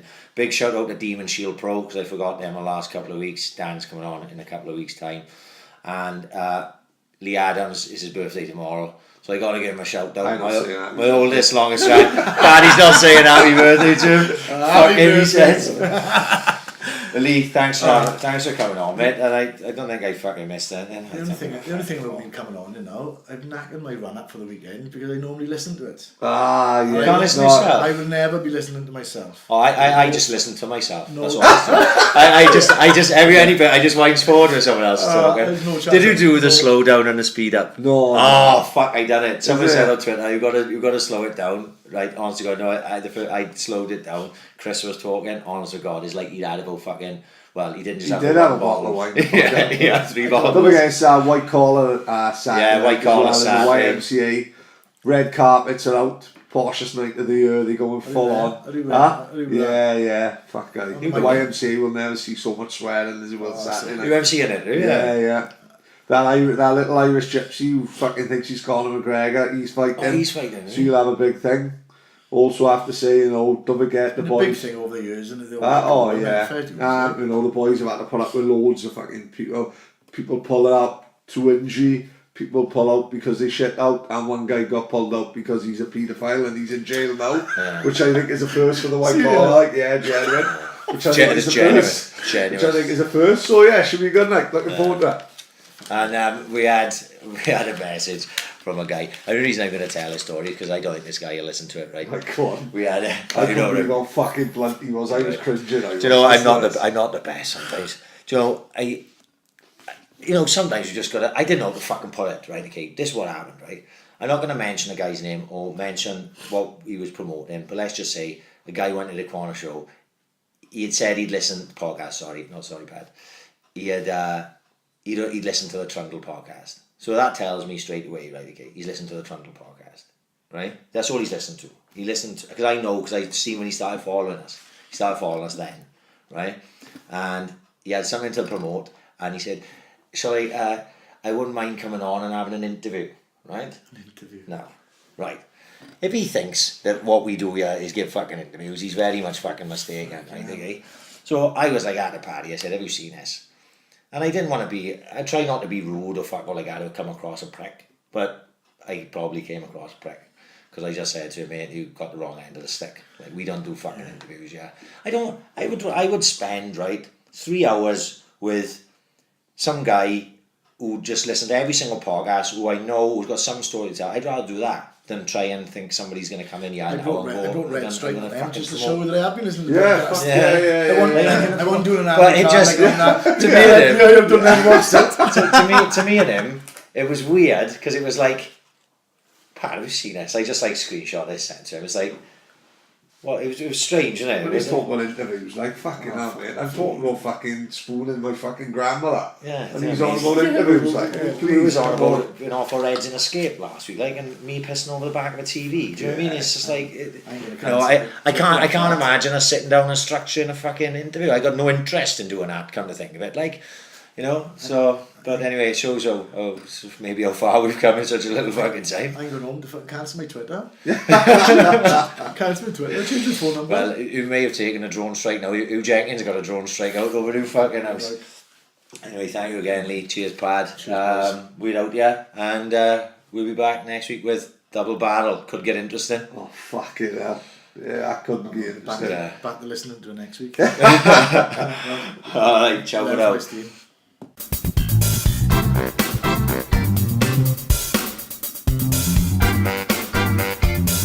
Ambition is critical.